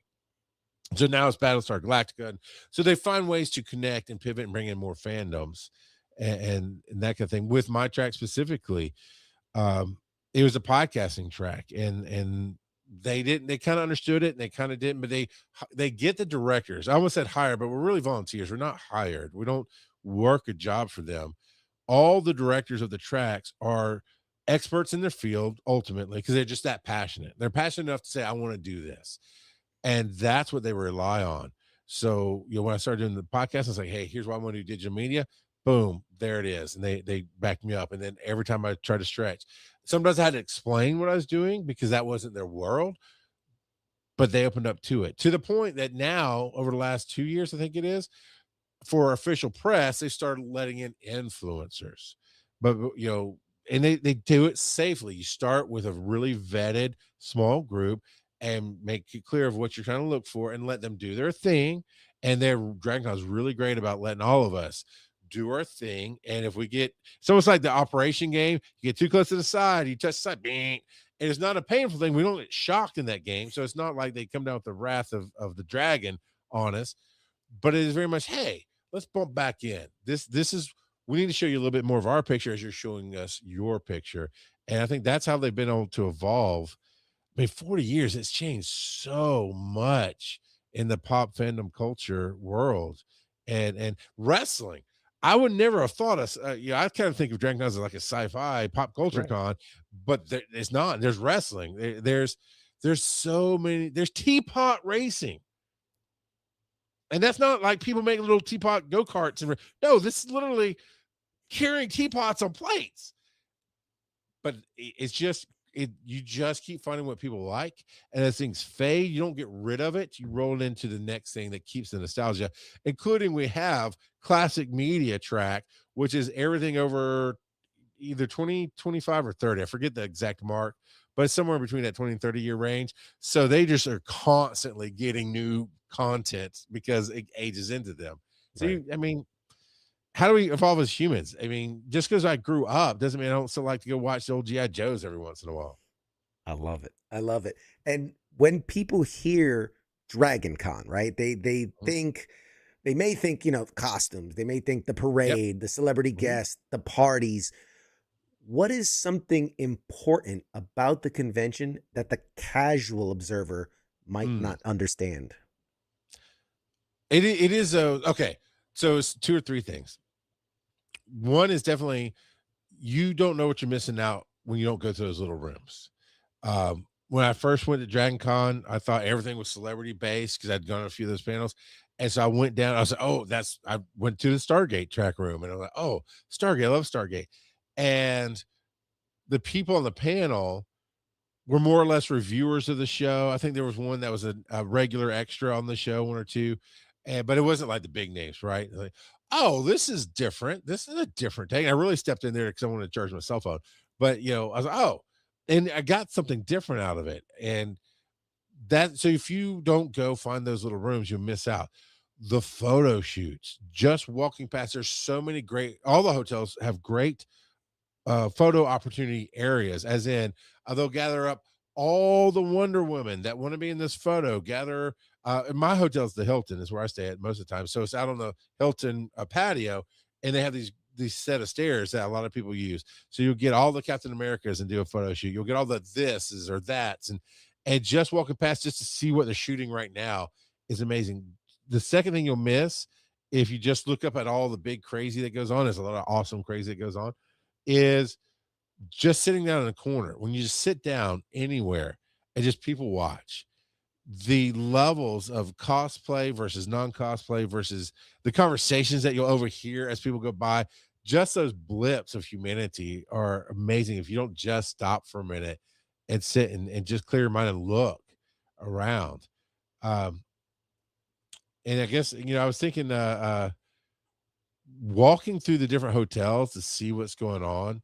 The Marriott has a Walk of Fame, which is great. And they have a bunch of different musicians and creators booths. Then they have some other things going on. Walking around, finding new things is something that's easily overlooked if you don't slow down at Dragon Con.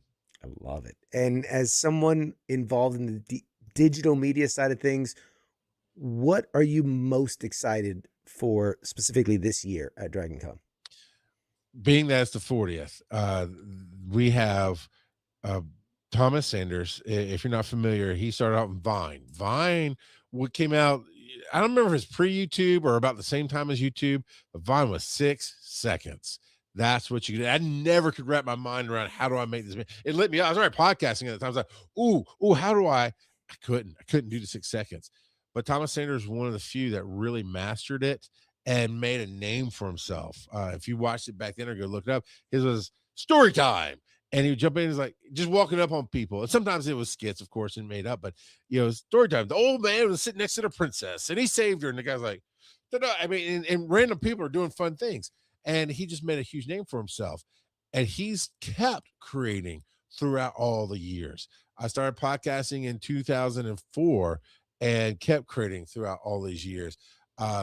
Josh Cooper uploads the fun. He's newer to it and he grew fast. So we're doing a panel specifically called From Vine to Viral that's going to have all of us on it. Rob Roberts, who's now with Orange Lounge Radio, is in the Guinness World Book of Records for the longest continuous live internet show. He's going to be hosting it.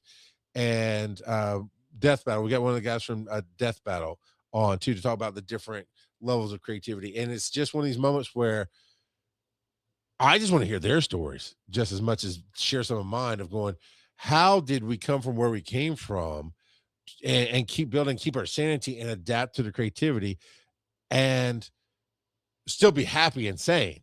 Right. And so that's the one I'm the most excited about. I love it. And man, we're running out of time and I have so many more questions to ask you. I can do this for hours. Right. There are people who feel or who may feel like they've outgrown fandom or that they're too old or too new to belong in these kind of spaces. What do you say to the people that fall into those categories? So like outgrown the fandom or they're too old or this is too new for them. What do you say to those people? You're the only one saying that to yourself. So why are you creating conspiracy theory against your own thoughts? I mean, who's telling you? Because somebody's telling you're too old, they're not at Dragon Con. Because I love when I look up from any panel or walking into any room and there's somebody who's obviously 80 plus and they're just taking notes or asking questions or having, too young. We have come on, man. Come on. I'm not connected. Look, I'm not connected. I barely have some anime on my walls. I barely know what I'm talking about with anime. But I will go to an anime panel and connect with people. You're stopping yourself. Stop committing hate crimes against your own mind. Stop self-sabotage. Yeah. When Dragon Con 40 is over, right? And when you're looking back, what is going to make you stop and say that was a successful show? That's, I don't know. So every year, it's everything for every creator is based on what you're going through in life. And there was a moment in time through a few years I was director there that every time we come out and people are like, oh, it's great, it's fun, it's good. I'm like, yeah, but I could have done that better. We could have done this better. We could have done that better. I've learned how to separate that. We have a final panel on Monday called Like and Subscribe, and it's the feedback panel. I just call that to make people laugh. But you get to come and share what you got out of it, what could be done better next year. But what makes me feel like it's a great show is usually Sunday night before I go see Botched, which is our final big show of the weekend. It's a D&D podcast that's drinking and debauchery and not very much D&D. I go to the empty room, usually sometime that night, and I look at it and I just kind of see how I feel about the whole weekend and just reflecting back on the people laughing, the people asking questions, seeing the creators do their thing. I think ultimately 40 or not, that is what makes it a great show. Just knowing that people wanted to be there and you're seeing them come in the room happy most of the time. Not everybody can be happy all the time, but just that energy when you walk through the rooms and you feel it, that's what tells me it was a good show. Nice. And obviously this is our first time going and covering this. So for creators, for media outlets coming to Dragon Con, what is the best way that to work within the boundaries of the convention, right? To respect the process, to make sure we're helping rather than adding to the chaos? Well, there's a process for press to do celebrity interviews. So that's not allowed on the Walk of Fame because there's just too much going on. So you go through there for that. Other than that, usually it's just consent is sexy. right? It is just asking, hey, can I talk to you for a minute? There's so many independent creators on top of just the people who love what's going on that put out so much great content throughout Dragon Con. It's the number one rule: don't be an asshole. That's it. It's ask politely. Oh, it never hurts to ask. Hey, can I interview this person? Can I talk to you for a minute? And respect that no is a full complete sentence, and that, anything below celebrity is fair game. Just be human. When it is access, then I know you guys have applied, you're on the list. I'm only part of the interview process, part of it, like this. So I don't know if you get approved to talk to celebrities or not, but that's a process you go through, okay, from your action and for how you handle yourself, I can imagine you did. But I have to guess. I do not know because there is a process that I'm not a part of. But then you follow that. And then if you didn't get it this, you can ask for, what can I do different? That's a process that we have as well. And if you're just now listening to, well, it's too late. It might not be too late to apply for press. You might still apply for press. I can't say you'll get it or not. It's really late in the game, but you can try. It never hurts to try. But if you hear that you want to, go and ask. You ask how it happens from anybody who got it. I always give people a recommendation of, if you want to be on a panel next year, go to a panel, ask a great question on the microphone to the panelists of the topic that means something to you, and then make sure you introduce yourself to, if you can, the director in the room. If not, introduce yourself to the volunteers, and they'll get the information to the director, because that's how you start really making your headway into doing what you want to do. Yeah. I was going to say, I don't know why Pop Culture Warrior doesn't have this is going to be a panel or something.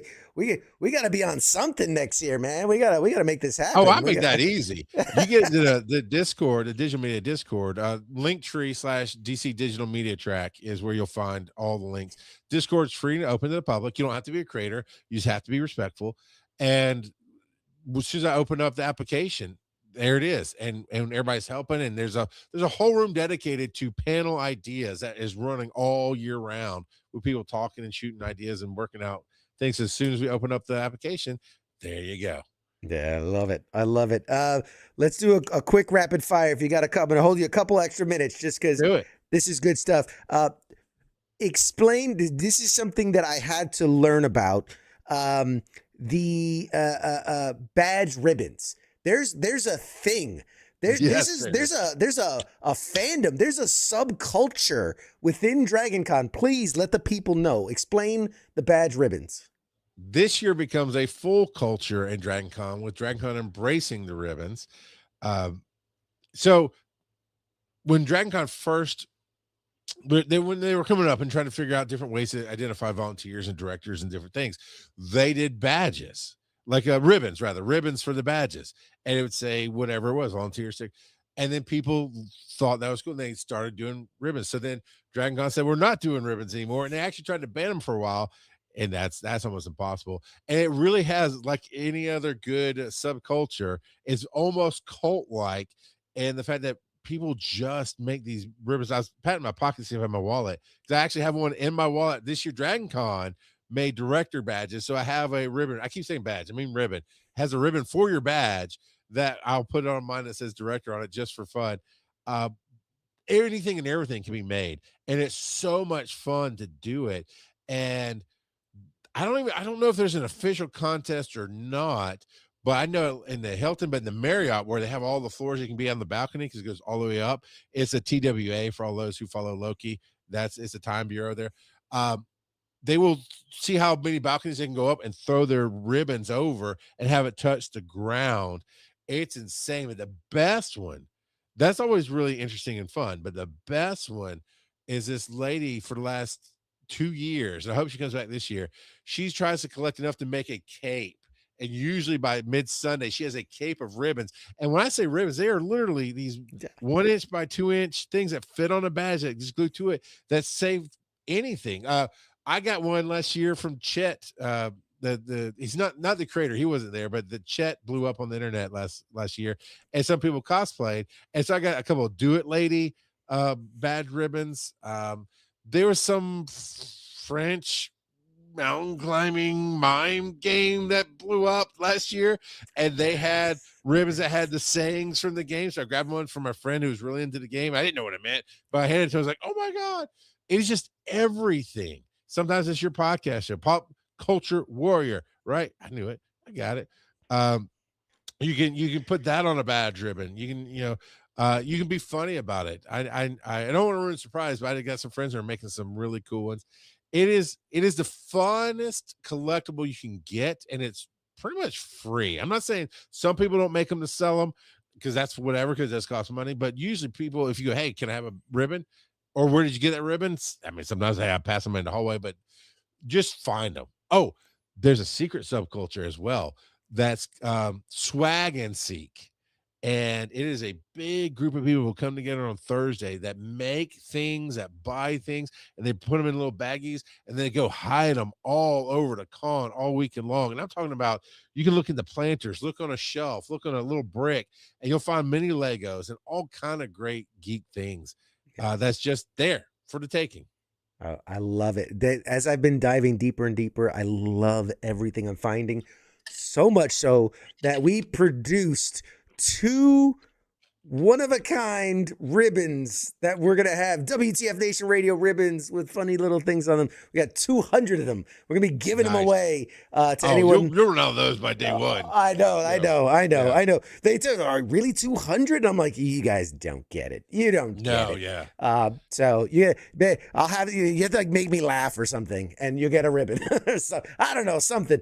But yeah, okay. Quick rapid fire questions. What is one Dragon Con memory that still makes you laugh to this day? I don't. All right. I was on a show called Booze and Phasers, and I mean, I guess on their panel, they did their live show. And I guess on their panel because I was there on my network at the time, and for whatever reason, they decided that if every time the crowd said Hodor, because that just happened on Game of Thrones, I had to take a shot, and I got pretty drunk mid Sunday afternoon to the point that I'm laughing and I almost fall off the side of the stage, and the celebrity next to me has to grab me and pull me back in. I'm like, I'm so sorry. He's like, you're good. Because he was in on it too. Like he was starting going, no, we need to take it easy on Hodor. I'm like, oh, shut up. Yeah, I had to be helped down off the stage and sat in the front row for the whole next panel. I couldn't move. It was a lot. What is the strangest or most unexpected thing you have ever seen happen at a Dragon Con? Last year, trying to walk through the big atrium area and had to stop for a bunch of Waluigis and Wario's doing a dance party to Golden from K-Pop Demon Hunter. And there's like 30 of them doing a dance off. I love it.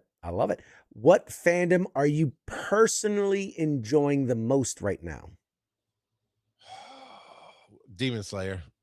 I just that solo leveling is very close for that fandom.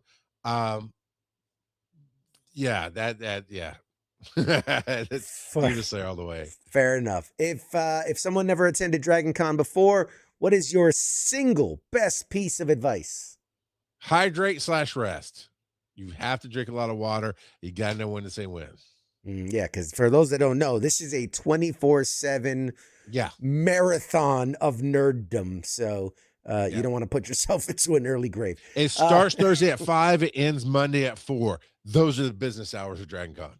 It's so true. Where should people go to keep up with you and find out more about Dragon Con's digital media track?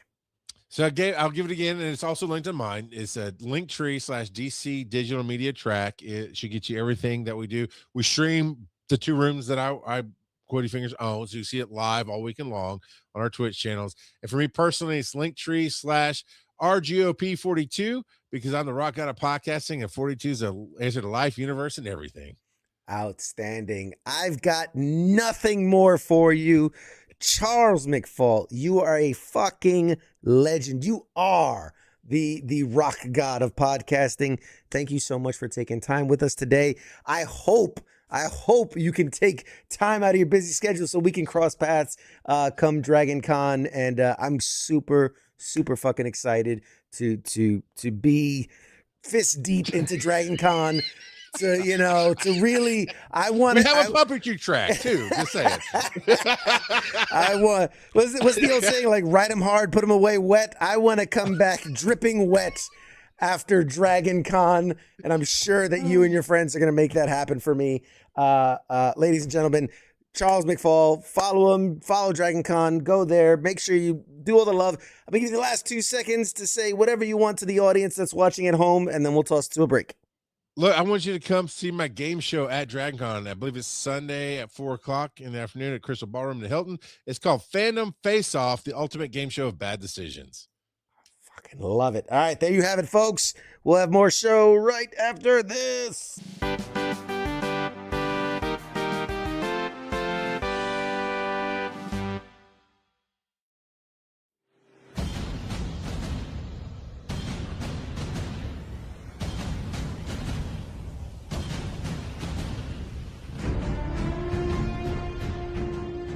Hey, you there?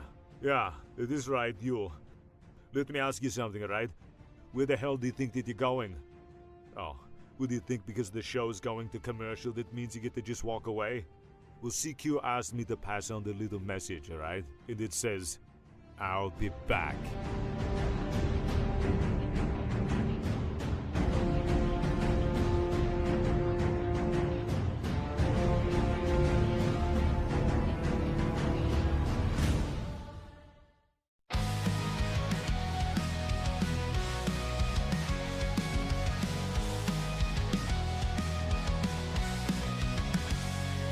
In the shadows of the city bright, where heroes rise and take the fight, there's a voice that breaks the night.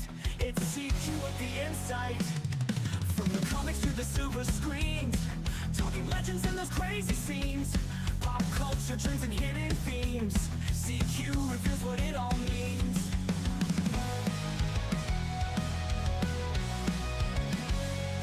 From the comics to the silver screens, talking legends and those crazy scenes, pop culture trends and hidden themes. CQ reveals what it all means. Pop culture warrior here to ignite, guiding through the tales of light, with CQ leading the charge so bright. We're ready for another flight. Pop culture warrior here to ignite, guiding through the tales of light, with CQ leading the charge so bright. We're ready for another flight.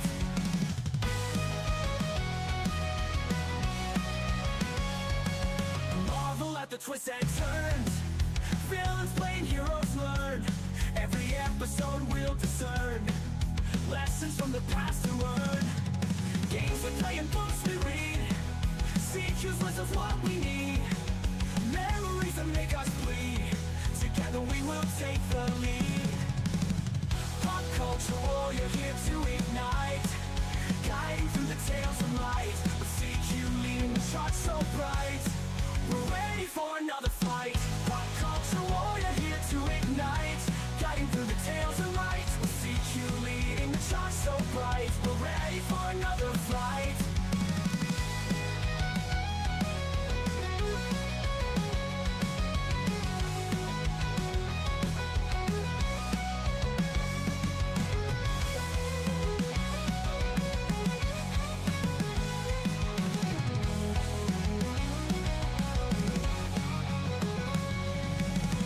Pop culture warrior here to ignite, guiding through the tales of light, with CQ leading the charge so bright. We're ready for another flight. Pop culture warrior here to ignite, guiding through the tales of light, with CQ leading the charge so bright. We're ready for another flight.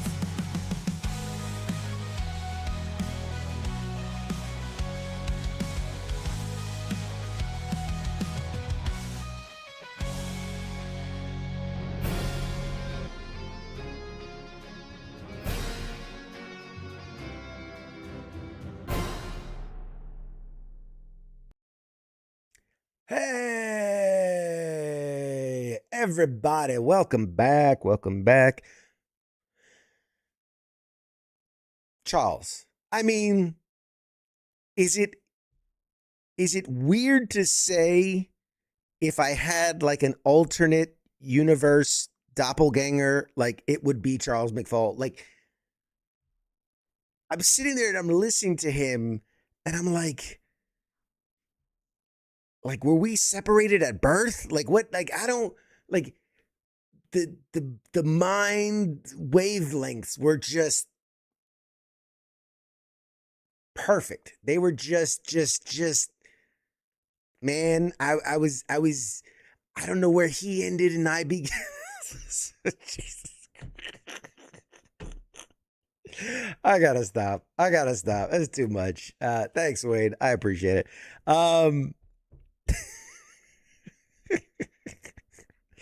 Dude, I gotta say though, I'm coming from somebody that has done San Diego Comic Con and New York Comic Con and all the Comic Cons, Pizza Con and Magic Con and all the cons, the cons.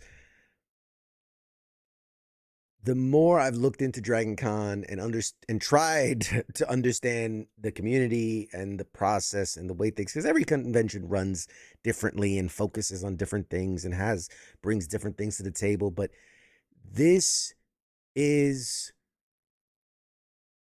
different. It just is different. And I'm curious to see, compare like how I feel now to how I feel coming back from a 24/7 literal 5-day nonstop thrill ride of pop culture nerddom. But we'll see. We are from the same planet. Yes, he was made next to you in a lab. Yes. I do feel like there's a great way to put it. We were definitely made in the same factory, in the same geek lab. I do feel like we a lot of the same materials were used when making both of us. Absolutely. But yeah, Dragon Con, super excited. That is happening. I think it's September 3rd through 7th, I want to say. I should know this. Let me pull it up. It's this September. Oh, I nailed it. 3rd through 7th. Ha. There you go. September 3rd through 7th, Dragon Con in Atlanta. Super excited to do it, and that's one's been on my dream sheet for a little while. So finally happy to cross that one off. Next year we'll tackle some other ones like D23 and some others. All right, ladies and gentlemen, we've reached the end of another amazing episode of Pop Culture Warrior. Tonight we were joined by K-Mill in the first hour and Charles McFall in the second hour. Some things to look forward to around the horn.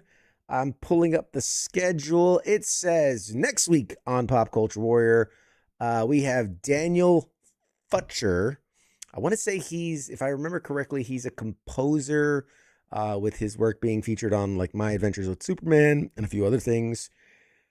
Monday the 31st on the Monday edition, we got S.G. Blaze joining us. S.G. Blaze is an incredible science fiction writer who has a whole universe of books. It's going to be an incredible conversation with Ice on the Monday edition, August 31st with S.G. Blaze. Tuesday, September 1st, we got Christian Streety on Pop Culture Warrior. You'll forgive me, I forget what he's from. My God, we have so many guests coming on. I'm getting them all mixed up in my head. Friday, September 11th. It will be an FTX, but we have something super, super special planned. Tune in. Friday, September 11th, FTX. It's not your typical FTX. Let's just say that. Special guests, special events, special games, special. And then already looking out into the future, Tuesday, September 22nd, Ryan Oakley on Pop Culture Warrior. And then one that I'm super, super, super excited to finally announce. We were able to lock in a date. Tuesday, October 13th. We've got Glenn Mazzara coming on Pop Culture Warrior. Glenn Mazzara is one of the original showrunners of The Walking Dead on AMC, as well as a billion other things. He's an incredible dude. I got to sit down and talk with him at San Diego Comic Con. Absolutely fucking just lit it up and had a great time. And he's an incredibly busy guy. And so we're finally able to lock him down October 13th. Tune into that one. That is going to be a really, really good one. Glenn Mazzara. Oh, Jesus Christ, Scott. Scott. I don't even know if I should repeat that on air just because I don't want it being clipped and used against me in a court of law. Naughty. No. No. No, Scott. Oh, man. Great show. What an awesome person. Kudos. Thank you. Thank you, Susan. I mean, he really is a cool dude. Really enjoyed Charles. And come hell or high water, I'm going to find a way to wrangle him down at Dragon Con and get to talk to him face to face, just because I gotta give the guy a high five or something. So one last plug. Thanks to Double Time Sports Drink for being our drink sponsor here at WTF Nation Radio.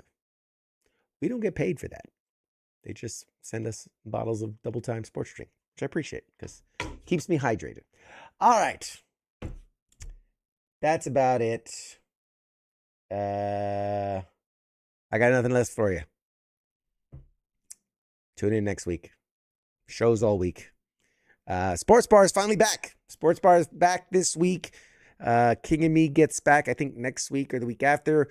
Smoke Pit is coming back soon. We're just figuring out a date that's going to work. And shows the rest of the week. I mean, you know it. You love it. You're here. I don't gotta sell it to you. You know it. That's it. We'll see you guys next week. Shots.